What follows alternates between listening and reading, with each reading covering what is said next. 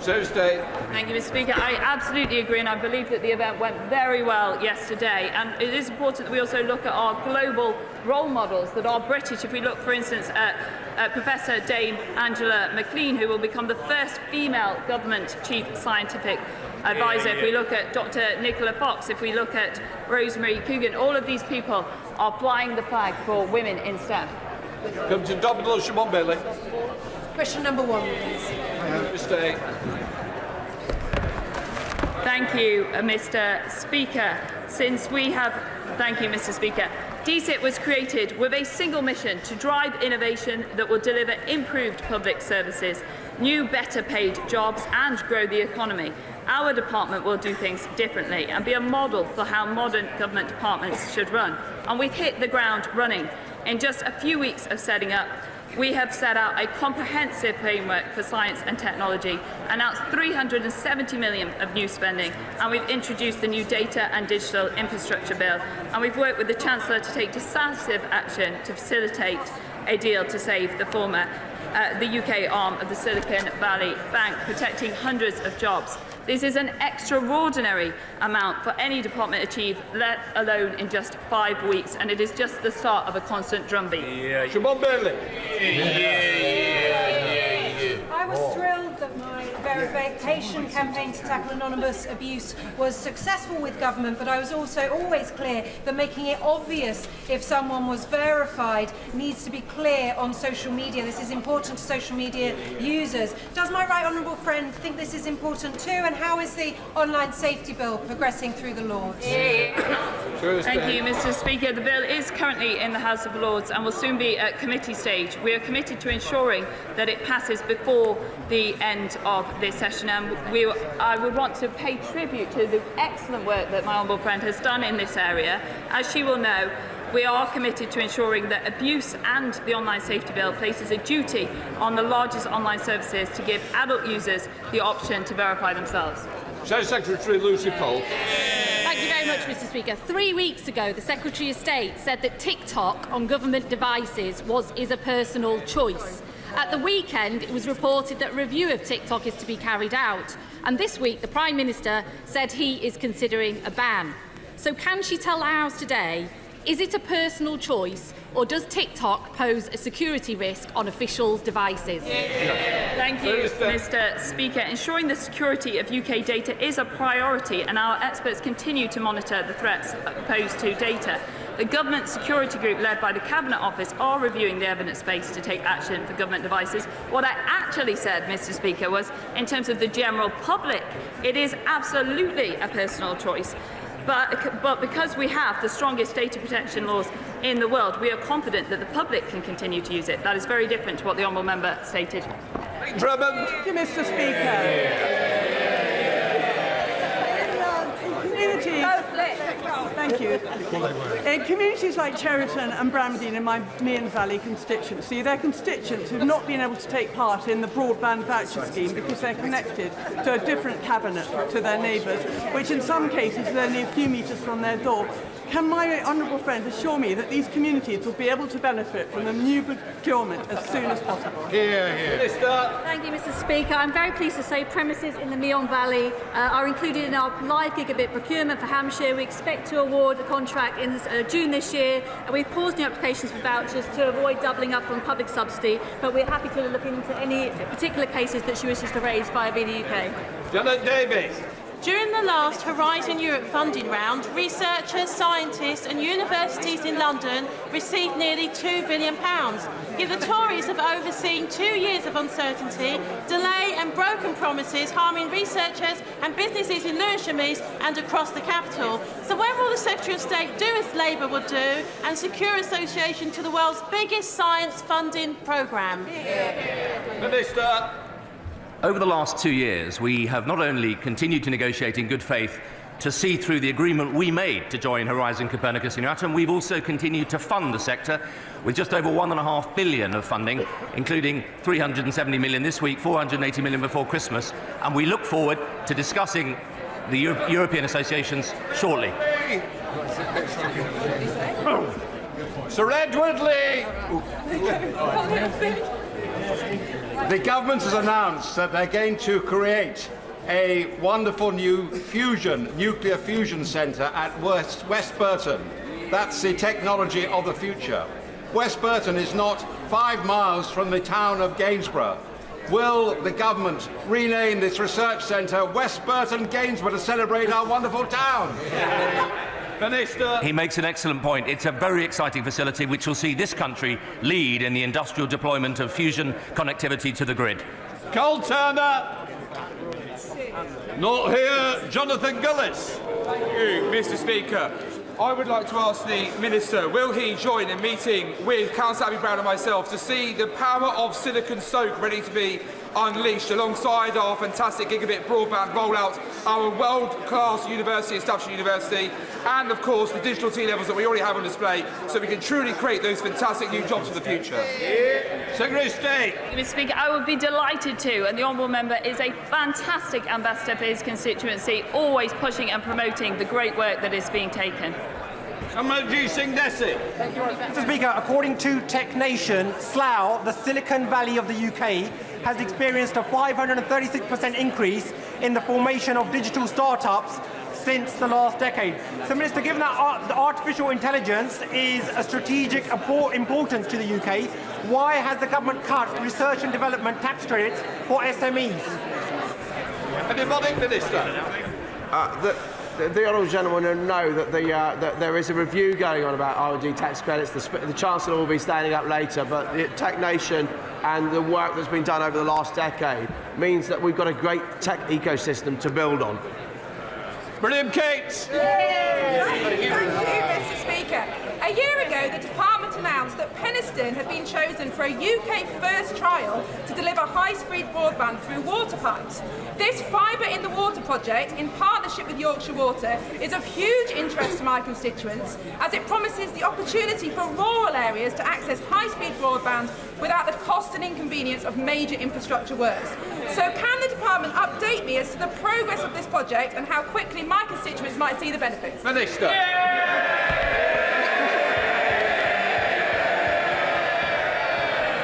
Fibre in the Water has been a fantastic and innovative project. We expect to complete research in May, and I hope to be able to update the Honourable Lady on all the fantastic work that she's been doing on this. Before we come to Prime Minister's questions, I'd like to point out that live subtitles and the British Sign Language interpretation of proceedings are available to watch on permanentlive.tv. We start with questions to Prime Minister. Jess Phillips. Thank you, Mr. Speaker. Question number 1. Prime Minister. Mr. Speaker, since I was at this dispatch box a week ago, the government has been delivering for the British people. At the UK-France summit, we signed a new illegal immigration deal to protect our borders. Over the weekend, we facilitated the sale of Silicon Valley Bank at no cost to the taxpayer. And we have launched a submarine partnership with Australia and the US, launched our integrated review and boosted our defence budget. Mr. Speaker, this morning I had meetings with ministerial colleagues and others. In addition to my duties in this House, I shall have further such meetings later today. Jess Phillips. Thank you, Mr. Speaker. I've worked for years with women brought here illegally as sex slaves, raped by 30 men a day. Last week, the Prime Minister tweeted that these victims would be denied access to support from our modern slavery system. A tweet that traffickers will hold up to these women and say, see, no one will help you.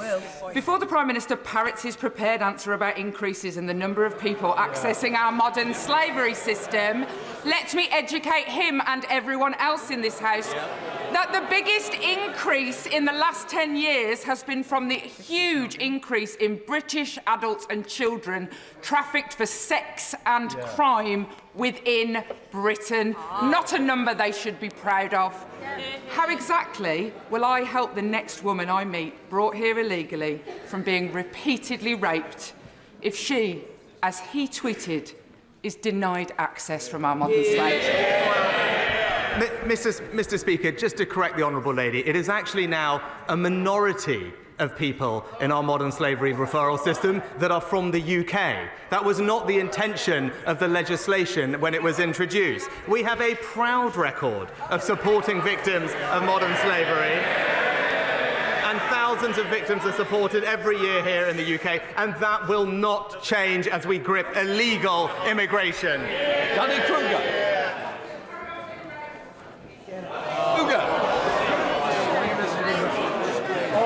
Mr. Speaker, on Monday, the Home Secretary said that in recent decades the immigration to this country has been too high, and all the benches opposite howled their disapproval. They want higher immigration, not lower. Does my right honourable friend agree that what we need to do is, rather than importing cheap foreign labour, we need to invest in the skills of our own young people and encourage businesses to do the same? Well, Mr. Speaker, my honourable friend is right that we do need to encourage long-term investment in the domestic workforce. We'll hear more from this in the Chancellor later this afternoon, but the Department for Work and Pensions is directing support at sectors with labour shortages like construction and social care, and our new skills boot camps are part of a dramatic rebooting of our skills system to support workers to get the skills that they need. We now come to the Leader of the Opposition, Keir Starmer. Thank you, Mr. Speaker. Last summer, the Prime Minister claimed he wanted to protect free speech and put a stop to no platforming. So how concerned was he by last week's campaign by Tory MPs to cancel a broadcaster?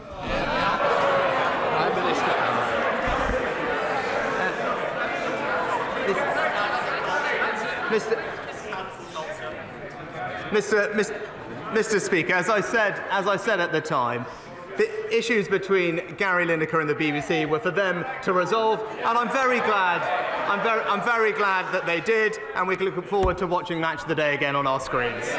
Keir Starmer.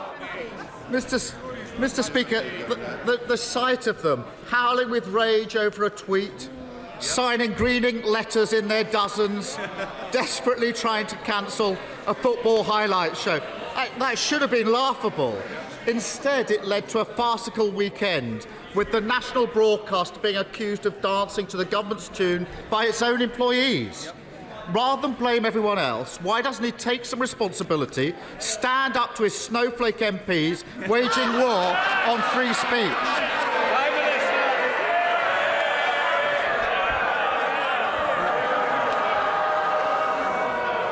Mr. Speaker, Mr. Speaker, just the usual political opportunism from the leader of the Labour Party. Because I don't know if he noticed. But actually first the Shadow Attorney General and then the Shadow Home Secretary actually criticised the language that had been used in the tweet. But what a surprise. He saw the chance to jump on a political bandwagon and changed his mind. Keir Starmer. So, Mr. Speaker, I'm not being funny. I think our constituents want to get to the budget. The more that you shout, the more you progress questions. So please, my constituents interested if yours are. Keir Starmer. Mr. Speaker, they want more of a Prime Minister who doesn't understand. You can disagree with what somebody says, but still defend their right to say it. If he doesn't understand that, we're in a real problem. Does he accept that people's concerns about the BBC have been made worse because the government chose to put a Tory donor with no broadcasting experience in charge of the BBC? Prime Minister. Mr. Speaker, as he well knows, the BBC chairman was appointed before I became Prime Minister. He was appointed. And the same applies to this side. This budget matters to the people of this country. They want to hear it. Don't keep questions going longer than need be. Prime Minister. Mr. Speaker, there was a rigorous, independent and long-established process. That appointment was supported by expert panel members, as well as the cross-party DCMS Select Committee. Now, it's right. That process is being independently reviewed by the Office for Commissioner of Public Appointments, and we should allow that review to conclude. Keir Starmer. Mr. Speaker, the problem is the chair of the BBC isn't just any old Tory donor. No. He's so close to the Prime Minister. Order. Mr Fabricant, I want you to be in for the budget. Cup of teas don't want to come that early. Mr. Speaker, he's no ordinary Tory donor. He's so close to the Prime Minister, he's been described as his mentor. He helped arrange an £800,000 credit line for the former Prime Minister, a minor detail he forgot to tell the Select Committee which scrutinised his appointment. Does the Prime Minister think that his friend's position is still tenable? Prime Minister. Well, Mr. Speaker, as I've just said, the independent office for Commissioner of Public Appointments is reviewing what was a rigorous independent process to appoint the chairman. Instead of prejudging and preempting that review, we should let it conclude and wait for the outcome. That is the right way to do things, and that's what the government will do. Mr. Speaker, when people with links to the Tory party somehow find themselves in senior positions at the BBC, it's important that their impartiality is seen to be beyond reproach. So has the Prime Minister received assurances that no one with links to the Tory party was lobbied by Tory MPs or involved in the decision that saw Match of the Day effectively cancelled? Prime Minister. Mr. Speaker, as I said, these are matters. These are matters for the BBC to resolve. And it's right. It's right that the BBC, as an important institution, takes its obligations to impartiality seriously. Right? I care about the integrity and impartiality of our institutions, the BBC, but also the civil service, Mr. Speaker. And it's right that those processes carry on properly. But what I would say to him on this matter, there is an independent review. It's right that that process concludes, and he would, I would hope, respect that process. He comes here today with these mealy-mouthed platitudes, pretending the actions of his party are nothing to do with him. But the whole country saw how he kept quiet and hid behind the playground bullies while they tried to drive someone out simply for disagreeing with them. An impartial public broadcaster free of government interference is a crucial pillar in our country. But isn't that put at risk by the cancel culture addicts on his benches, the BBC leadership that caves into their demands, and a Prime Minister too weak to do anything about them?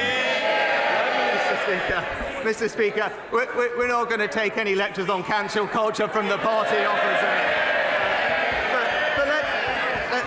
But we know what this is about, and he's avoided it in 6 questions. The substance of the issue that this underlied this tweet. And that's what has he done in this past week. The only thing he and his party have done is voted against our bill to stop the boats, Mr. Speaker. Siding with people smugglers over the British people. That's the substance of what's happened. Instead, what have we done is conclude a new migration deal with France, Mr. Speaker. We've managed to sign a new defence partnership with our allies, the US and Australia. We've protected British start-ups and we have boosted defence spending. And that, Mr. Speaker, is what delivering for Britain looks like.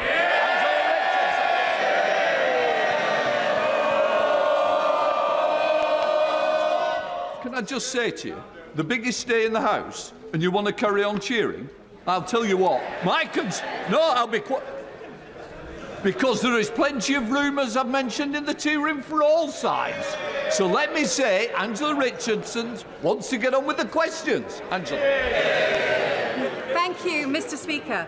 For decades, Surrey Research Park in Guildford has been home to our pioneering space sector, with Surrey Satellite Technology Limited and now Surrey Space Centre's spacecraft project, which recently received £300,000 to train and recruit dedicated space engineers and create facilities to trial space-related technology.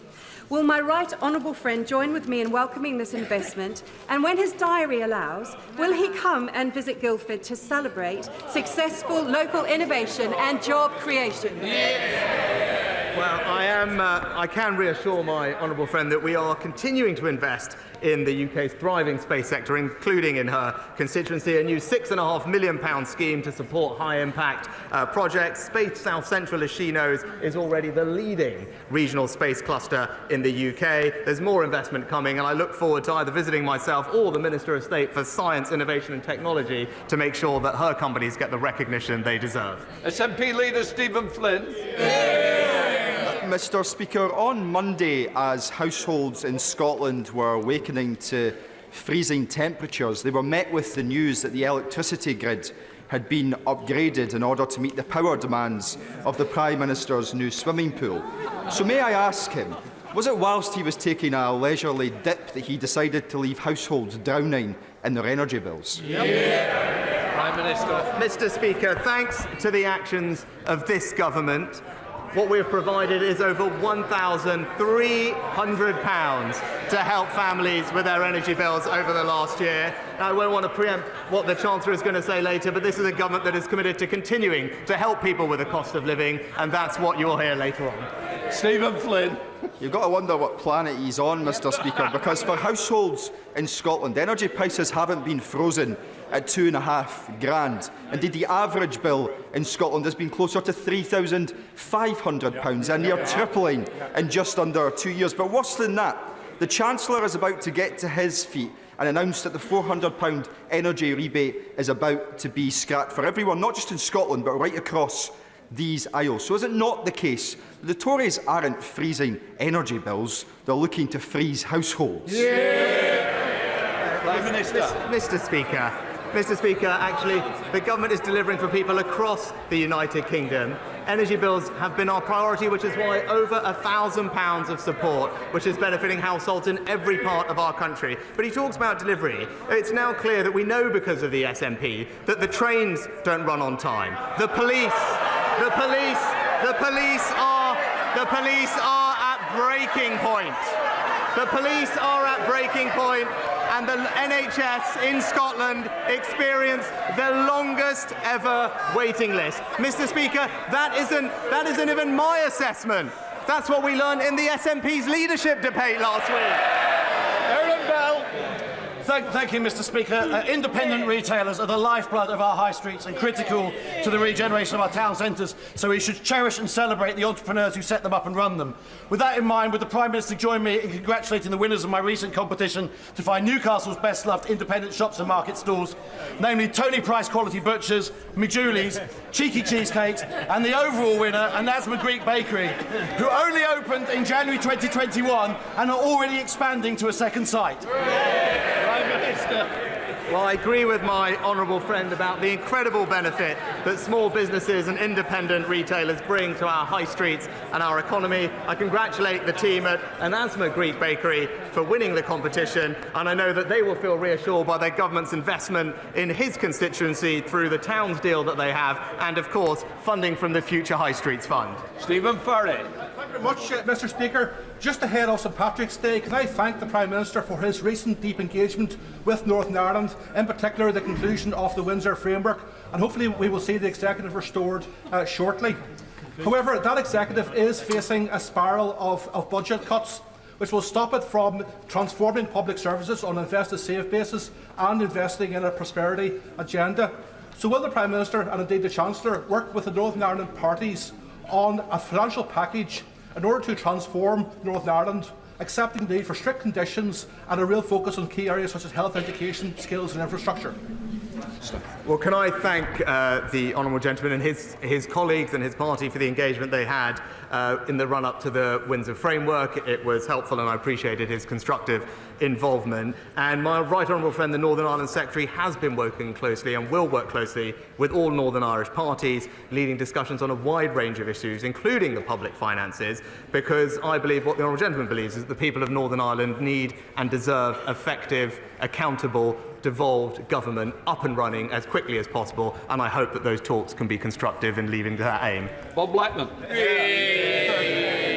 Thank you, Mr. Speaker. In 2016, the current Mayor of London promised 0 strikes on London Underground. Today is the 135th day of strikes since then. Will my right honourable friend join with me in condemning those strikes that have brought misery to the travelling public in London, and also condemn the Mayor of London for his failure to address this?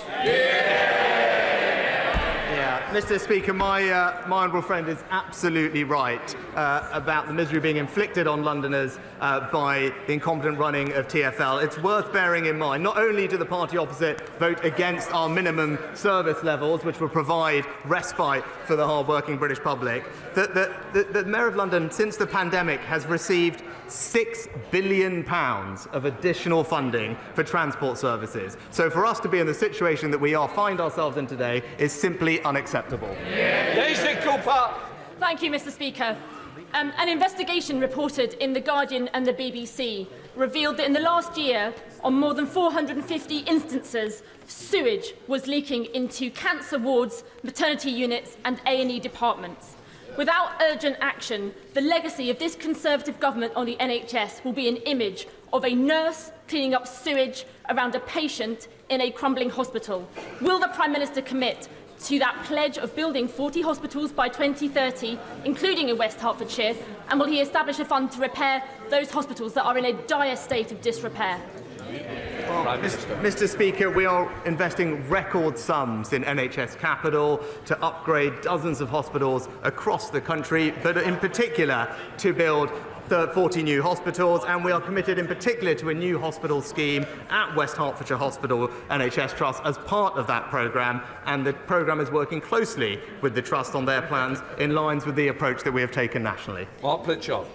Speaker, does the Prime Minister agree with me that agri-tech is a vital part of the UK economy, and in particular the excellent work of the Crop and Environment Research Centre at Harper Adams University in Shropshire? I know he has a busy schedule, but could he dispatch the Secretary of State to come and look at that research centre, and in particular the women leading science and maths at Harper Adams, and indeed leading the world? Well, Mr. Speaker, I agree with my honourable friend, and in particular Harper Adams is a fantastic example of the type of innovation and skills provision that we need in our agri-tech sector, and that's why I'm pleased post-Brexit that we can introduce the gene editing bill, Mr. Speaker, which will help drive productivity and efficiency in our agricultural sector even further. Speaker, the government promised the 40 new hospitals 3 years ago, and the Prime Minister's just expressed his intention to proceed again. 2 years ago, in St Mary's Paddington Hospital serving my constituency, a ward ceiling fell in during floods, the eye hospital was closed by a fire, and the birth centre and maternity wards are threatened by structural problems. This week, Trust managers said the infrastructure is having an increasing impact on staff and patients. We just can't afford to continue to waste money on failing buildings. But the hospital is waiting for the commitment from the government for the funding under the New Hospitals programme. Will today be the day that the Prime Minister commits to that specifically? Mr. Speaker, as I said in my previous answer, the government is committed to the New Hospitals programme. We've committed record sums to NHS capital, not just for that programme, but for smaller scale upgrades across the country, and those conversations with her trust and others are happening in the same way across the country, and I look forward to those conversations continuing. Nicky Aitken. Mr. Speaker, governments at all levels, national and local, should always strive to deliver value for money for the taxpayer, particularly in a cost of living crisis. Therefore, does the Prime Minister share my astonishment that my local Labour-led Westminster Council voted last week to raise council tax by 2%, council tenants' rents by 7%, and increase allowances for its senior councillors by up to a staggering 45%.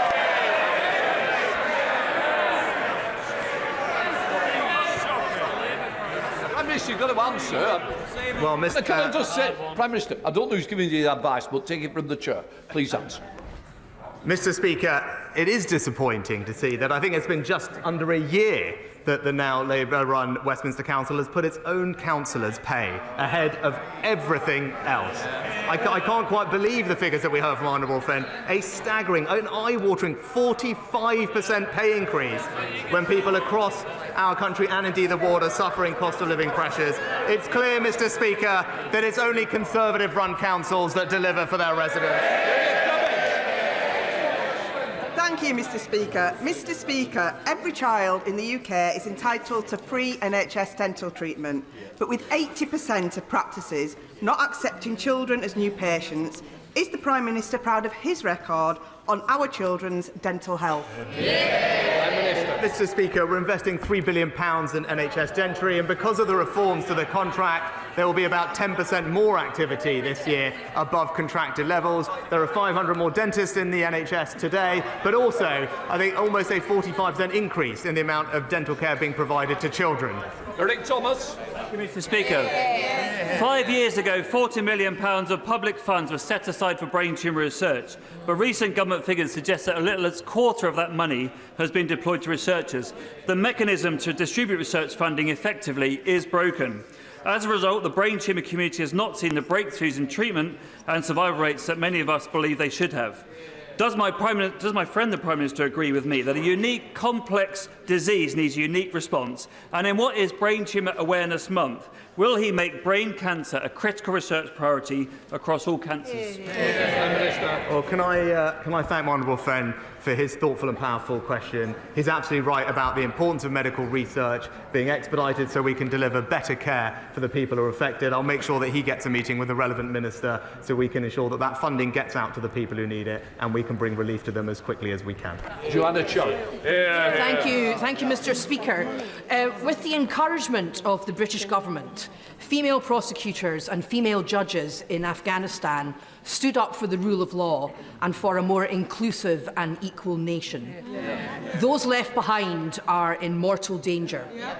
Last year, I met with senior officials at the Foreign Office who were open to making a specific case for at least some of these women to be relocated to the United Kingdom, but nothing has happened since then. This dire situation requires a Prime Ministerial intervention. So I'm not asking to meet the Prime Minister's officials or his ministers. I'm asking him directly, will he meet with me to see what we can do for these women? Prime Minister. I'm very happy to meet with the Honourable Lady, and she will know that we take our obligations to those who helped and served in Afghanistan extremely seriously, both through the ARAP scheme and the ACRS scheme. We have already brought 20,000 refugees from Afghanistan to the UK. We've worked closely with the UNHCR and others on those legal routes, but I'd be happy to meet with her to ensure that we're targeting our compassion, our generosity on the people who most need it and not those who are coming here illegally. Caroline Nansen. Mr. Speaker, at the height of the pandemic, centre-assessed grades allowed our young people to move forward with their lives. Lara, my very brave young constituent, is now battling cancer and will not sit the GCSE exams she has worked so hard for and could be left with only a certificate of recognition. In exceptional circumstances such as these, why can't the same principle apply? Would my right honourable friend, the Prime Minister, look compassionately at this situation? Prime Minister. Start by sending my best wishes to Lara and thanking my honourable friend for raising her case in Parliament. Of course, it's incredibly upsetting and challenging for children and young people to be diagnosed with a serious illness, and especially so close to their exams. Now, there are allowances that are made, and in the first instance, students will speak to their school or their college to make those reasonable adjustments, but I'll be happy to make sure that we work with my honourable friend to find a resolution in Lara's case. Dr. Rupahat. Mr. Speaker, I welcome the PM's numeracy drive, but did he know that some 7.1 million adults in England are functionally illiterate? It's often diagnosed late in life, like with TV's Jay Blades, if at all. So would he thank the entirely voluntary Read Easy, who are turning this round at just £250 cost per new reader, and commit to a national strategy for eradicating this problem that's costing our economy $25 billion a year in lost competitiveness? Well, Mr. Speaker, I agree with the Honourable Lady. Literacy and numeracy are critical for adults to be able to participate both in society and the economy. I'm happy to praise Read Easy for the work that they do. I look forward to learning more about them. But the best way to solve this problem is to ensure that our young children get the reading skills and training and education that they need. And I'm so pleased that because of the reforms introduced by this previous Conservative governments, particularly with phonics, we have now marched up the international league table and have some of the best results for reading that we've seen in a very long time. Richard Fuller. Thank you, Mr. Speaker. More than a quarter of the economic output of this country is in sectors overseen by some of our major regulators, such as Ofwat and Ofgem. But historically, there's been very little in the way of oversight to say whether they're doing a good job or a bad job, whether they're achieving international best practice or not. So can the Prime Minister look to see what he can do to address this historical oversight and enable regulators to play their part in ensuring economic growth? Well, Mr. Speaker, as always, my honourable friend makes a very thoughtful point, and he's absolutely right about the importance of our regulators in driving growth, competitiveness, and investment in our economy. I know the Chancellor will have something to say on this later on, but he should rest assured that we will keep at it to make sure that there is accountability and oversight of our regulators. We all want to see more growth in our economy, and they need to play their part in delivering it. Reb Stringer. Mr. Speaker, 20 years after defeat in the Second World War, the first Japanese bullet train travelled the 300 miles from Tokyo to Osaka at 200 miles an hour. Isn't it a measure of the government's incompetence, lack of commitment to the regions, lack of commitment to infrastructure, that it is now expected that 24 years after a Conservative Transport Secretary announced that HS2 would happen, that Birmingham, Manchester and London will not be linked by that time? Mr. Speaker, we're actually delivering the biggest rail investment. Mr. Speaker, the biggest rail investment since the Victorian era. I'll just gently point out to the honourable gentleman, compared to when Labour were last in office, the investment going into the north is 30% higher every single year under this Conservative government. We are delivering for communities across the north with more trains, more buses, more stations and more roads, because a Conservative government doesn't just talk about it, it gets on and delivers it. Sir Robert Neal. Thank you, Mr. Speaker. I hope very much that later today we'll hear news of help for motorists and small businesses. But for motorists and small businesses in Bromley and the rest of Outer London, they're going to be hard hit later this year by the Mayor of London's stealth tax in the form of an ultra-low emission charge. Cost money and jobs. Isn't it time to revisit the Local Government Act and revise it so that such charges can only be imposed on London boroughs with the consent of the boroughs themselves? Well, Mr. Speaker, my honourable friend makes an excellent point, and it's right that the Mayor of London should listen to the voices of commuters, of families and of small businesses as he inflicts his damaging tax on them. This government will always be on the side of those people, and this budget will deliver for them too. And completes Prime Minister's questions.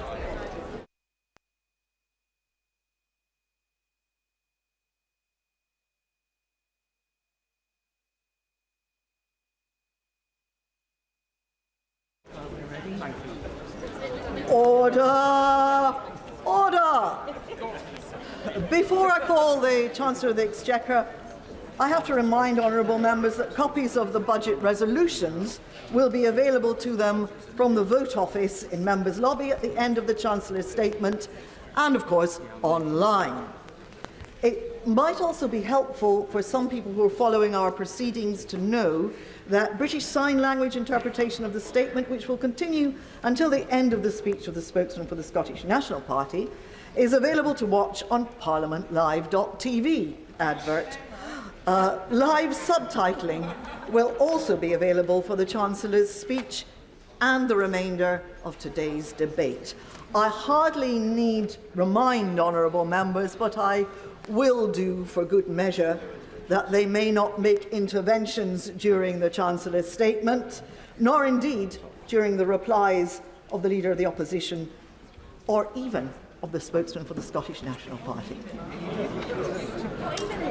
Call the Chancellor of the Exchequer.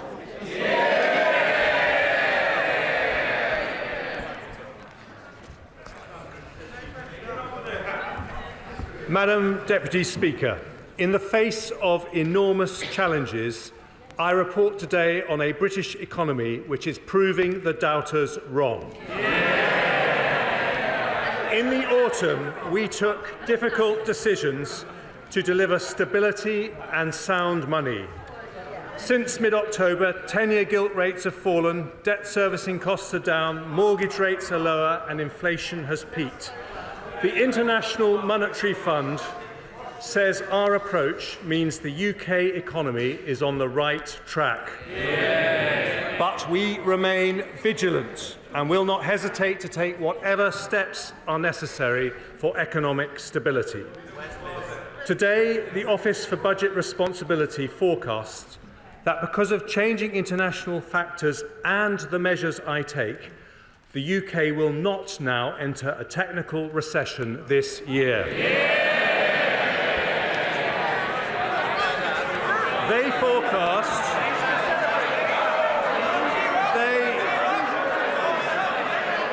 forecast we will meet the Prime Minister's priorities to halve inflation, reduce debt and get the economy growing.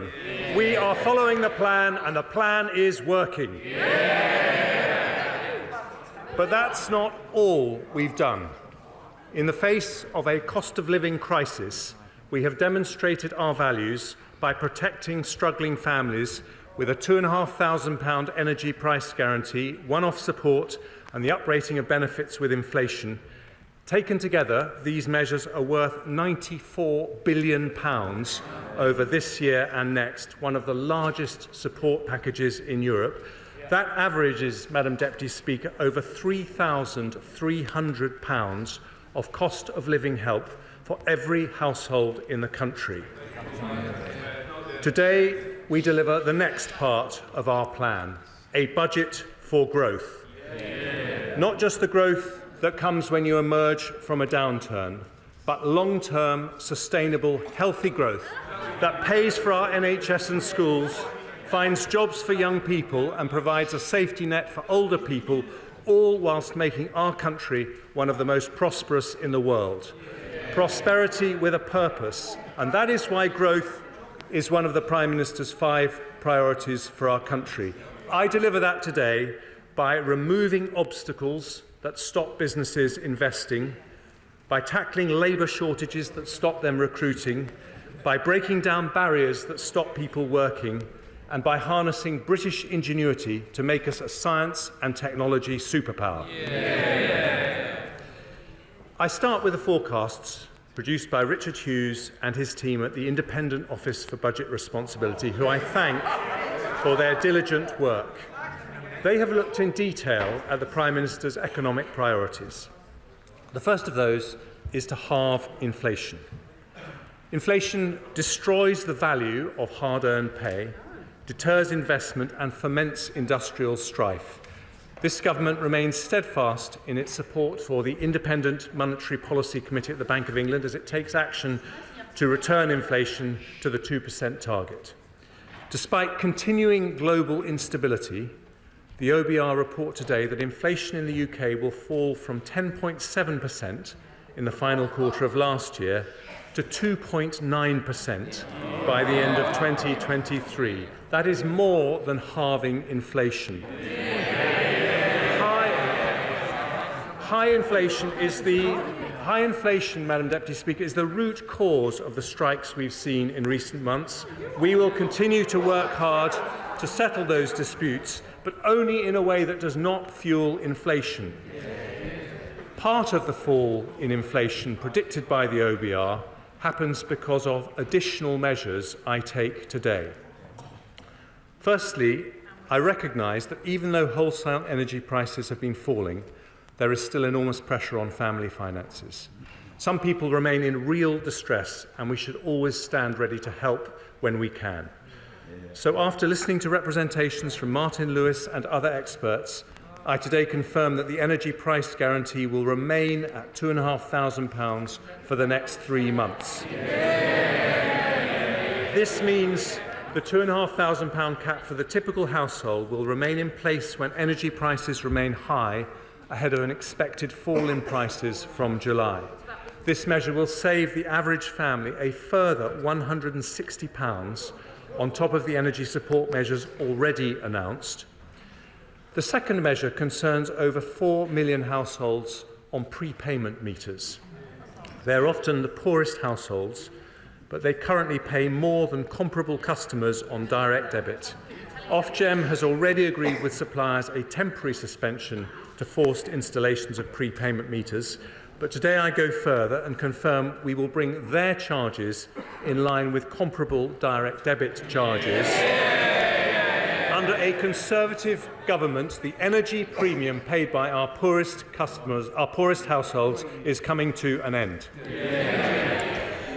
Next, I have listened to representations from the honourable members for East Devon, North Cornwall, Colne Valley and Central Suffolk and North Ipswich about the risk to community facilities, especially swimming pools, caused by high costs. When times are tough, such facilities matter even more. So today I am providing a 63 million pound fund. Order! We want to hear what the Chancellor of the Exchequer is actually saying. Enough. Chancellor. Today I am providing a 63 million pound fund to keep our public leisure centres and pools afloat. I have also heard from my right honourable friend, the Charities Minister, and his Secretary of State about the brilliant work third sector organisations are doing to help people struggling in tough times. They can often reach people in need that central or local government cannot. So I will give his department £100 million to support thousands of local charities and community organisations do their fantastic work. I also note the personal courage of one of my predecessors, my right honourable friend from Bromsgrove, in talking about the tragedy of suicide and the importance of preventing it. We already invest a lot in this area, but I will assign an extra £10 million over the next 2 years, nearly £1 million for every year that he's been in Parliament, to help the voluntary sector play an even bigger role in stopping families experiencing that intolerable heartache. My penultimate cost of living measure concerns one of our other most treasured community institutions, the Great British Pub. In December, I extended the alcohol duty freeze until the 1st of August, after which duties will go up in line with inflation in the usual way. But today I will do something that was not possible when we were in the EU and significantly increase the generosity of draft relief so that from the 1st of August the duty on draft products in pubs will be up to 11 pence lower than the duty in supermarkets. It's a differential a Conservative government will maintain as part of a new Brexit pubs guarantee. Madam Deputy Speaker, British ale is warm, but the duty on a pint is frozen. And even better, thanks to the Windsor framework negotiated by my right honourable friend, the Prime Minister, that change will now apply to every pub in Northern Ireland.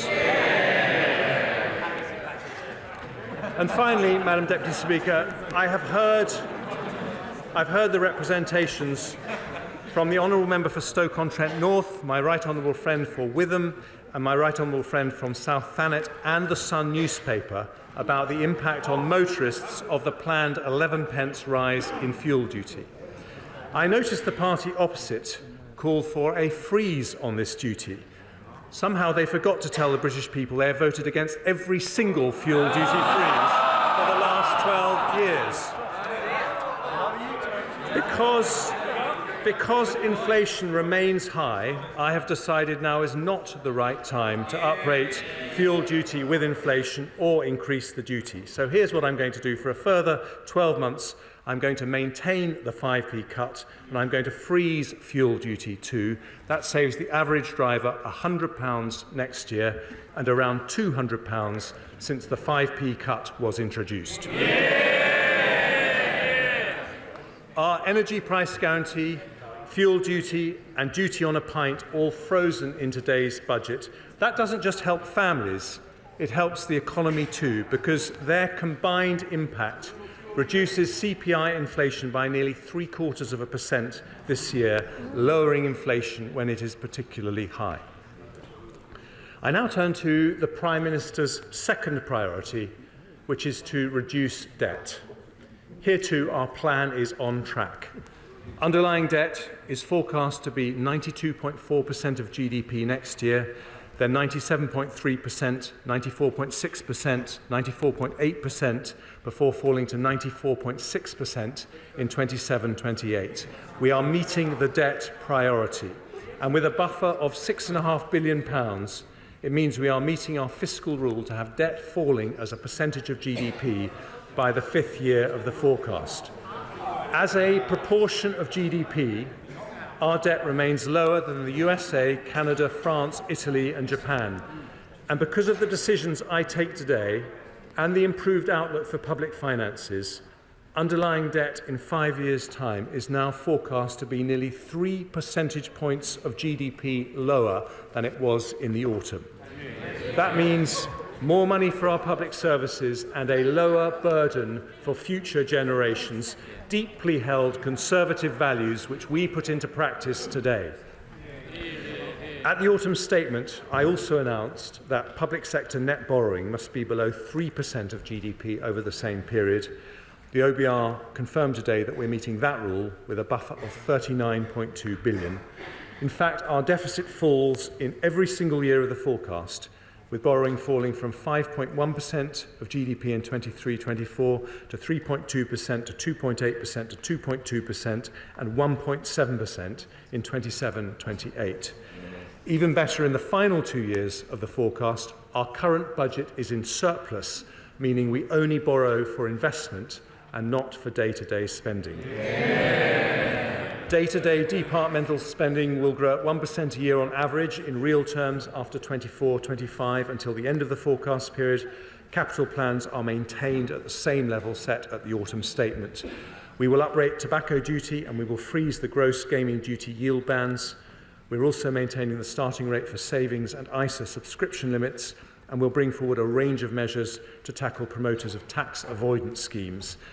Madam Deputy Speaker, taken together, today's measures lead to a slightly lower overall tax burden for the rest of the Parliament compared to the OBR's autumn forecast. Other parties run out of money, but a Conservative government is reducing borrowing and improving our public finances.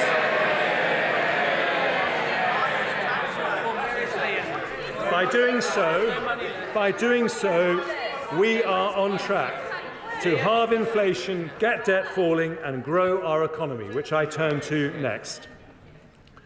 Growth, Madam Deputy Speaker, is the Prime Minister's third priority and the focus of today's budget.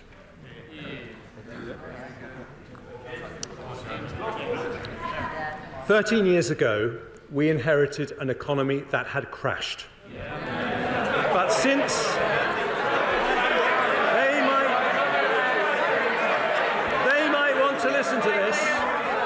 they might want to listen to this, because since 2010, we've grown more than major countries like France, Italy or Japan, about the same as Europe's largest economy, Germany. We've halved unemployment, we've cut inequality, we've reduced the number of workless households by 1 million.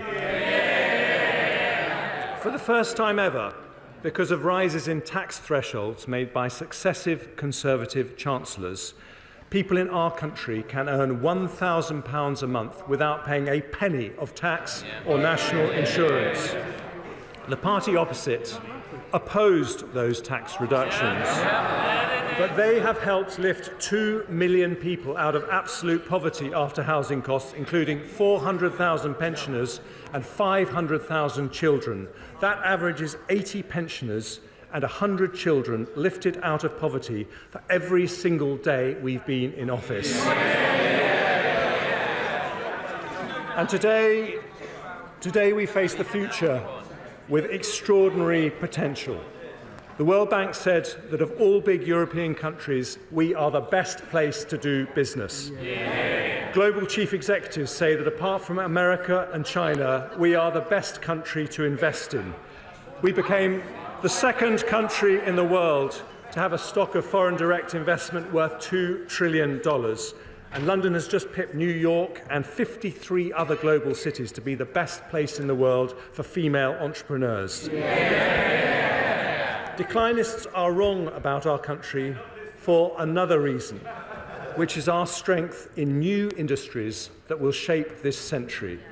Over the last 13 years, under Conservative leadership, we have become the world's third trillion-dollar tech economy after the US and China.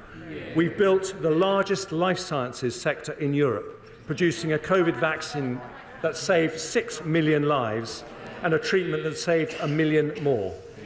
Our film and TV industry has become Europe's largest, with our creative industries growing at twice the rate of the economy. Our advanced manufacturing industries produce around half the world's large civil aircraft wings. And thanks to a clean energy miracle, we have become a world leader in offshore wind. Other parties talk about a green energy revolution. So I gently remind them that nearly 90% of our solar power was installed in the last 13 years, showing it's the Conservatives who fix the roof when the sun is shining.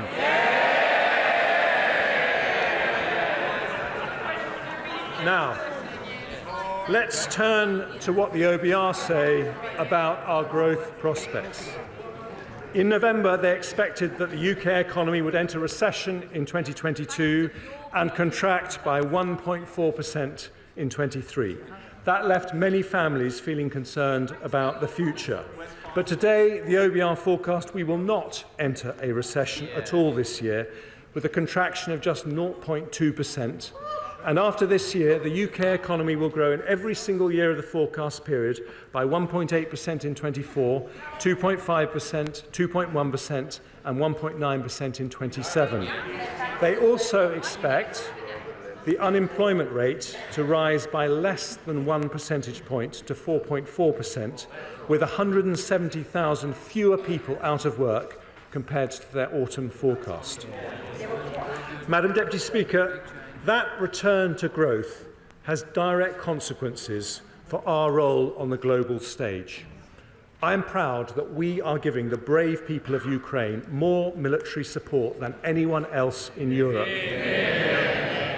On Monday, we were able to go even further, with my right honourable friend announcing a £5 billion package of funding for the Ministry of Defence, an additional £2 billion next year and £3 billion the year after. Today, following representations from our persuasive Defence Secretary, I confirm that we will add a total of £11 billion to our defence budget over the next 5 years, and it will be nearly 2.25% of GDP by 2025. We were the first large European country to commit to 2% of GDP for defence, and we will now raise that to 2.5% as soon as fiscal and economic circumstances allow. And following representations from the equally persuasive Minister for Veterans Affairs, I am today also increasing support for our brave ex-servicemen and women. We will provide a package worth over £30 million to increase the capacity of the Office for Veterans Affairs, support veterans with injuries returning from their service, and increase the availability of veteran housing. But to be Europe's biggest defender of democracy, we must build Europe's most dynamic economy. That means tackling our long-standing productivity issues, including two in particular which I address today: lower business investment and higher economic inactivity than other countries. Too often, companies struggle to recruit, and even when they do, output per employee is lower. So today I set out the 4 pillars of our industrial strategy to address these issues. Colleagues will know from my Bloomberg speech, they all conveniently start with the letter E: enterprise, employment, education and everywhere. I start, Madam Deputy Speaker, with everywhere. Our measures, well, they may not want to level up growth across the United Kingdom, but we do. This government was elected on a mandate to level up.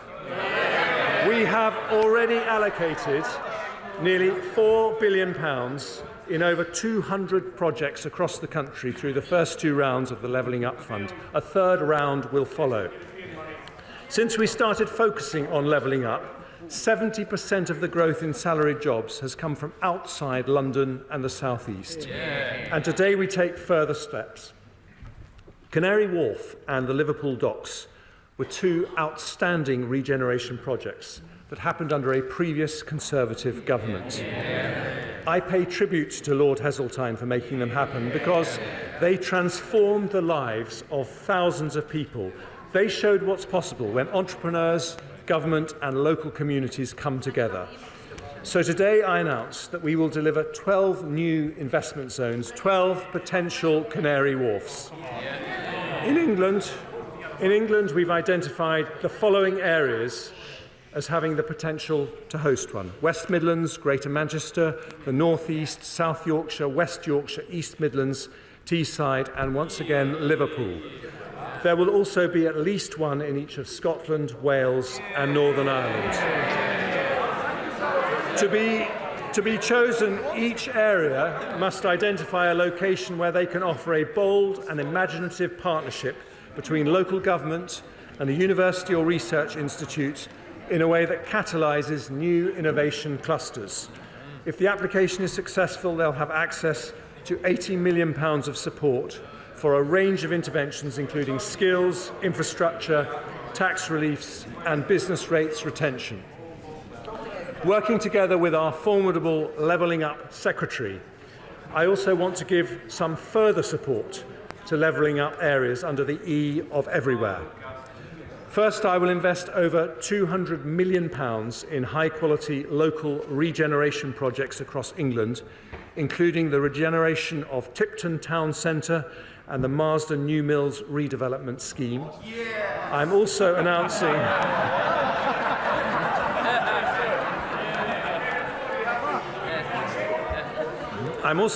a further £161 million for regeneration projects in mayoral combined authorities and the Greater London Authority, and I will make over £400 million available for new levelling up partnerships in areas that include Redcar and Cleveland, Blackburn, Oldham, Rochdale, Mansfield, South Tyneside and Basset Law.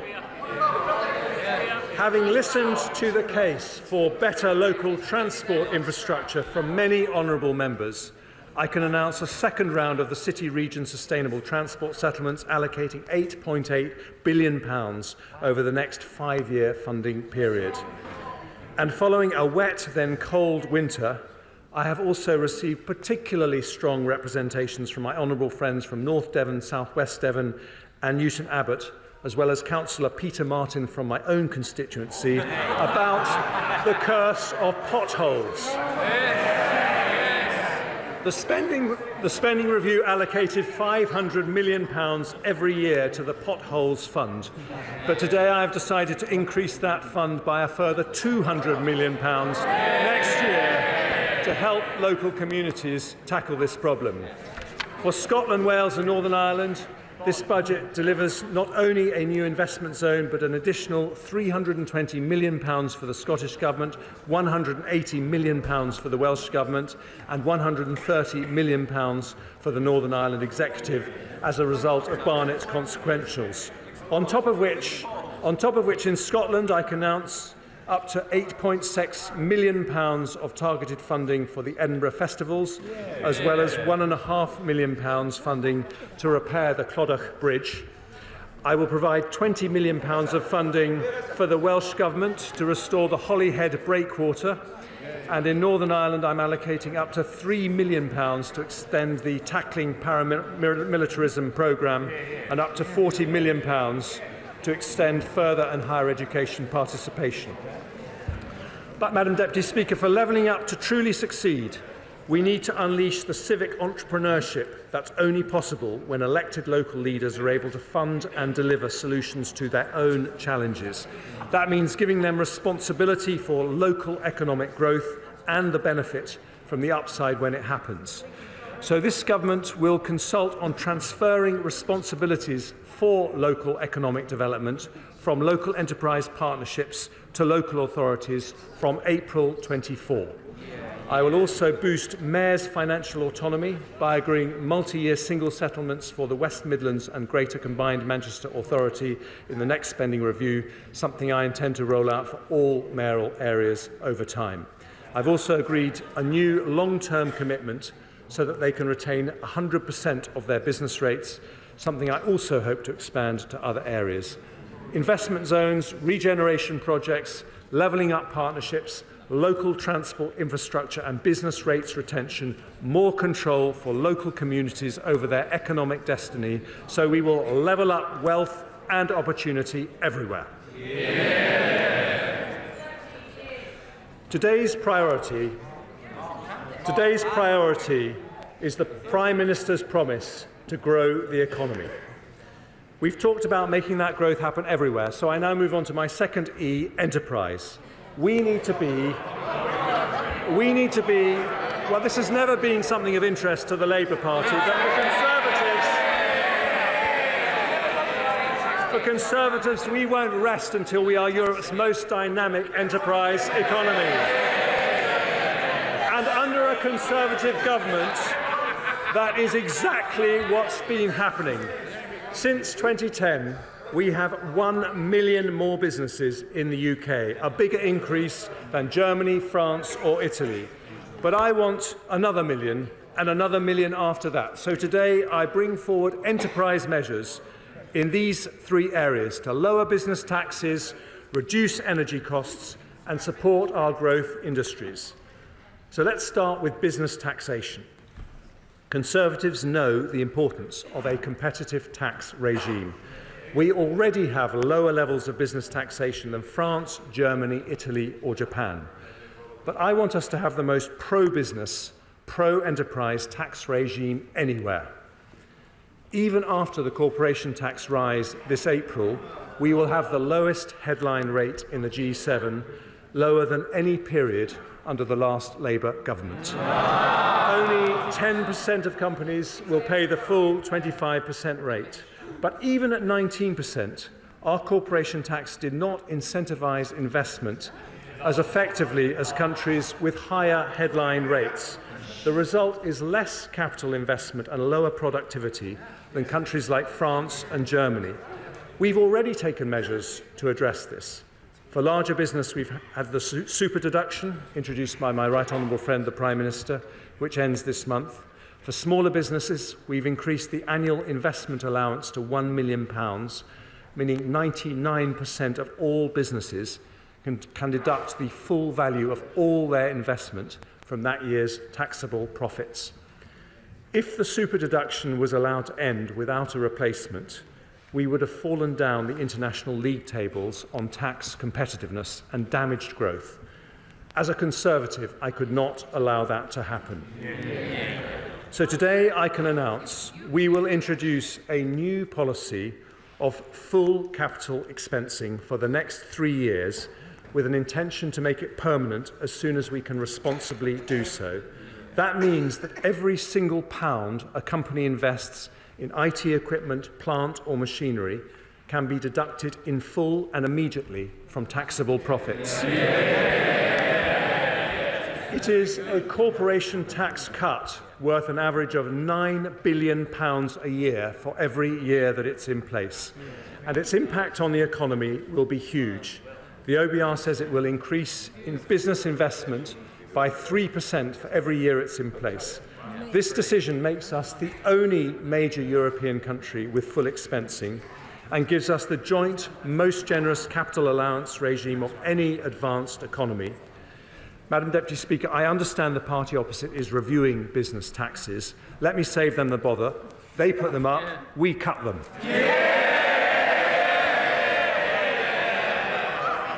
I also want to make our taxes more competitive in our life science and creative industries sectors. In the autumn, I said I'd return with a more robust R&D tax credit scheme for smaller research-intensive companies. So today, I'm introducing an enhanced credit, which means that if a qualifying small or medium-sized business spends 40% or more of their total expenditure on R&D, they'll be able to claim a credit worth £27 for every £100 they spend. That means an eligible cancer drug company spending £2 million on research and development will receive over £500,000 to help them develop breakthrough treatments. It's a £1.8 billion package of support, helping 20,000 cutting-edge companies who day by day are turning Britain into a science superpower. Yeah. And this government's audio-visual tax reliefs have helped make our film and TV industry the biggest in Europe. Only last month, Pinewood announced an expansion which will bring another 8,000 jobs to the UK. To give even more momentum to this critical sector, I'll introduce an expenditure credit with a rate of 34% for film, high-end television and video games, and 39% for the animation and children's TV sectors. I'll maintain the qualifying threshold for high-end television at £1 million. And because our theatres, orchestras and museums do such a brilliant job at attracting tourists to London and the UK, I'll extend for another 2 years their current 45% and 50% reliefs. Yeah. Madam Deputy Speaker, an enterprise economy needs low taxes, but it also needs cheap and reliable energy. We have already announced billions of support to help businesses reduce their energy bills through the Energy Bills Relief Scheme and the Energy Bills Discount Scheme. We've appointed Dame Alison Rose, Chief Executive of NatWest, to co-chair our National Energy Efficiency Task Force and help deliver our national ambition to reduce energy use by 15%. And to support her efforts, I'll extend the Climate Change Agreement Scheme for 2 years to allow eligible businesses £600 million of tax relief on energy efficiency measures. But the long-term solution is not subsidy, but security. That means investing in domestic sources of energy that fall outside Putin or any autocrat's control. We are world leaders in renewable energy, so today I want to develop another plank of our green economy, carbon capture, usage and storage. I'm allocating up to £20 billion of support for the early development of CCUS, starting with projects from our East Coast to Merseyside to North Wales, paving the way for CCUS everywhere across the UK as we approach 2050. That will support up to 50,000 jobs, attract private sector investment, and help capture 20 to 30 million tonnes of CO2 per year by 2030. We have increased the proportion of electricity generated from renewables from under 10% when we came into office to nearly 40%. But because the wind doesn't always blow and the sun doesn't always shine, even under the Conservatives, Madam Deputy Speaker, we will need another critical source of cheap and reliable energy, and that is nuclear. Now, there have been no more powerful advocates for this than the Honourable Member for Innismon, Copeland, Hartlepool and Workington. They rightly say that increasing nuclear capacity is vital to meet our net zero obligations. So, to encourage private sector investment into our nuclear programme, I today confirm that, subject to consultation, nuclear power will be classed as environmentally sustainable in our green taxonomy.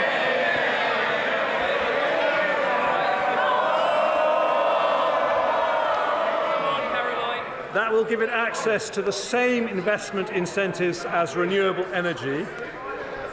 And alongside that will come more public investment. In the autumn statement, I announced the first state-financed investment in nuclear for a generation, a £700 million investment in Sizewell C.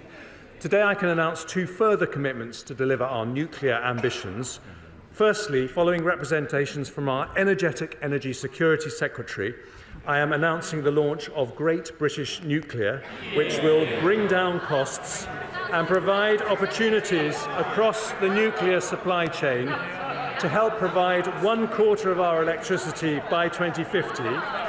And secondly, it's so good to hear Labour in favour of nuclear energy.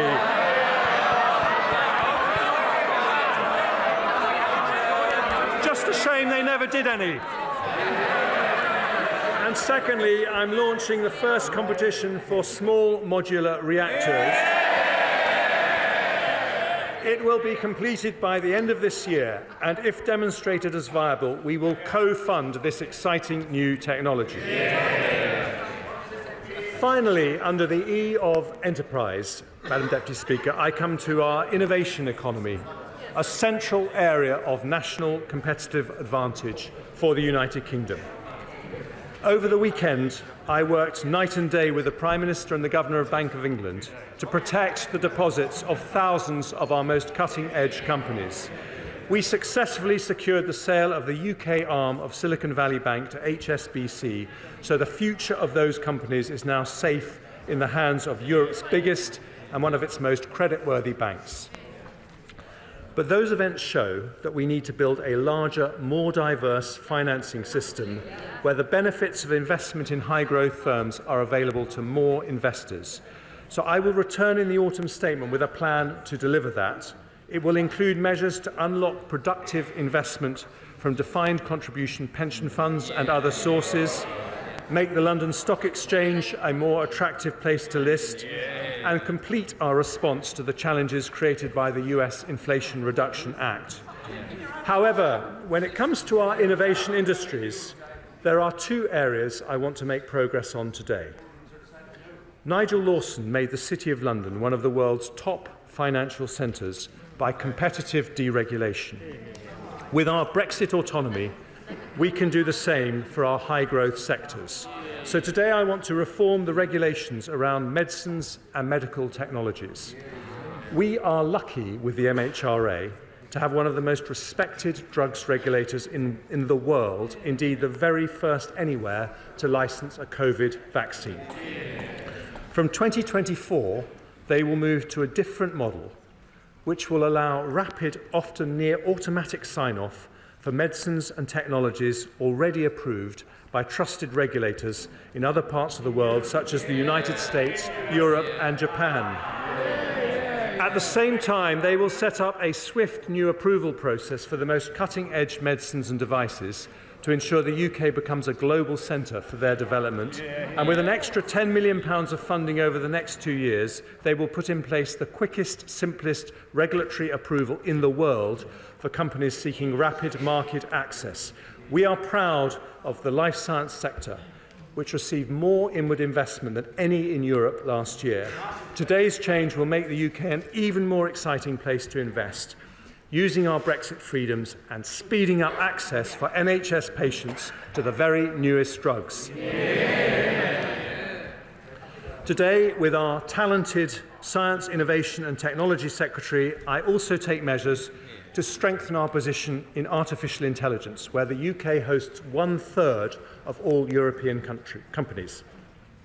I'm accepting all 9 of the digital technology recommendations made by Sir Patrick Vallance in the review I asked him to do in the autumn statement.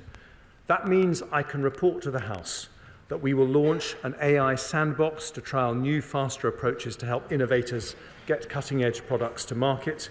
We'll work at pace with the Intellectual Property Office to provide clarity on IP rules so that generative AI companies can access the material they need. And we'll ask Sir Patrick's successor, Dame Angela McLean, to report before the summer on options around the growth duty for regulators. Because AI needs computing horsepower, I today commit around £900 million of funding to implement the recommendations of the Independent Future of Compute review for an exascale computer. The power needed by AI's complex algorithms can also be provided by quantum computing. So today we'll publish a quantum strategy which will set out our vision to be a world-leading quantum-enabled economy by 2033 with a research and innovation programme totalling £2.5 billion.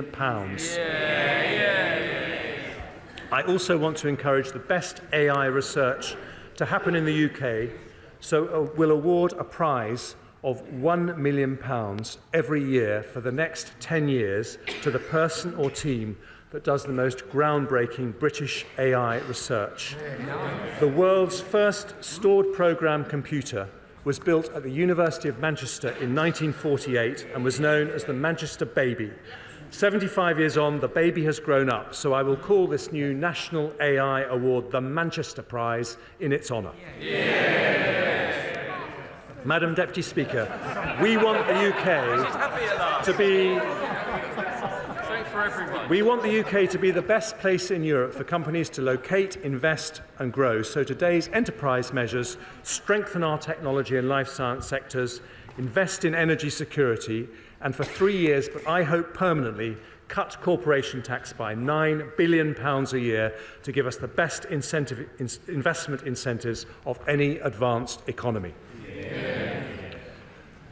An enterprise economy can only grow if it can hire the people it needs, which brings me to my third pillar after everywhere and enterprise. I said it was a growth budget, Madam Deputy Speaker, and we are talking about the E of employment. I'm going to talk about a difficult topic for the party opposite now, because Brexit was a decision by the British people to change our economic model. In that historic vote, our country decided to move from a model based on unlimited low-skill migration to one based on high wages and high skills. Today, we show how we will deliver that with a major set of reforms. The OBR say it is the biggest positive supply-side intervention they have ever recognised in their forecast. We have around 1 million vacancies in the economy, but excluding students, there are over 7 million adults of working age who are not in work. That's a potential pool of 7 people for every vacancy. Conservatives believe work is a virtue. We agree with the road haulage king Eddie Stobart, who said the only place success comes before work is the dictionary. So today I bring forward reforms to remove the barriers that stop people who want to from working. And I start with over 2 million people who are inactive due to a disability or long-term sickness. Thanks to the reforms courageously introduced by the Right Honourable Member for Chingford and Woodford Green, the number of disabled people in work has risen by 2 million since 2013. But even after that, we could fill half the vacancies in the economy with people who say they would like to work despite being inactive due to sickness or disability. With Zoom, Teams and new working models that make it easier to work from home, this is possible now more than ever. So for that reason, the ever-diligent Work and Pensions Secretary today takes the next step in his groundbreaking work on tackling economic inactivity. I thank him for that, and today we publish a white paper on disability benefits reform. It is the biggest change to our welfare system in a decade. His plans will abolish the work capability assessment in Great Britain and separate benefit entitlement from an individual's ability to work. As a result, disabled benefit claimants will always be able to seek work without fear of losing financial support.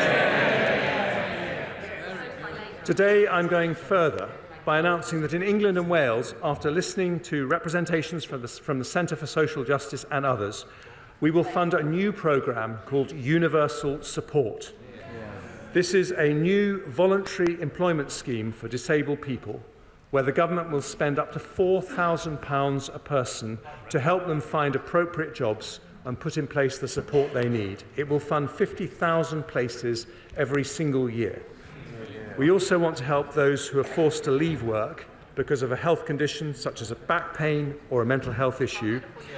We should give them support before they end up leaving their job. So working with our Health Secretary, I'm announcing a £400 million plan to increase the availability of mental health and musculoskeletal resources and expand the individual placement and support scheme. And because occupational health provided by employers has a key role to play, I'll also bring forward 2 new consultations on how to improve its availability and double the funding for the small company subsidy pilot. There's another group that deserve particular attention, which is children in care. They too should be given all possible help to make a normal working life possible when they reach adulthood. Often they depend on foster families who do a brilliant job So today I'm nearly doubling the qualifying care relief threshold to £18,140, which will give a tax cut to a qualifying carer worth an average of £450 a year. I'll also increase the funding we provide to the Staying Close programme by 50% to help more care leavers into employment, and I'll support young people with special educational needs and disabilities with a £3 million pilot expansion of the Department for Education's supported internship programme to help those people transition from education into the workplace.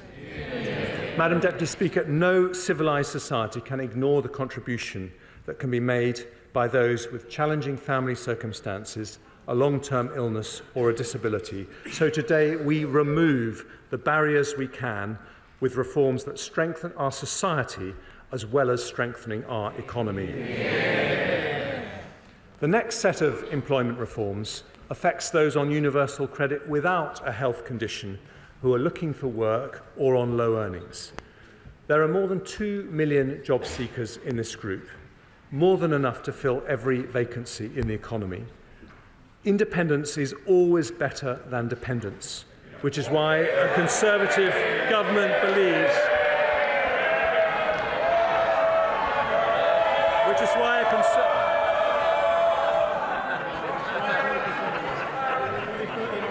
with some exceptions, Madam Deputy Speaker. Independence is always better than dependence, which is why a Conservative government believes those who can work should. So sanctions will be applied more rigorously to those who fail to meet strict work search requirements or choose not to take up a reasonable job offer. And for those working low hours, we will increase the administrative earnings threshold from the equivalent of 15 hours to 18 hours at national living wage for an individual claimant, meaning that anyone working below this level will receive more work coach support alongside a more intensive conditionality regime. The next group of workers I want to support are those aged over 50. My younger officials have termed these people older workers, although as a 56-year-old myself, I prefer the term experienced. Fully 3.5 million people of pre-retirement age over 50 are not part of the labour force, an increase of 320,000 since before the pandemic. We now have the 23rd highest inactivity rate for over 55s in the OECD. If we match the rate of Sweden, we would add more than 1 million people to our national labour force. Madam Deputy Speaker, I say this not to flatter you, but older people are the most skilled and experienced people we have.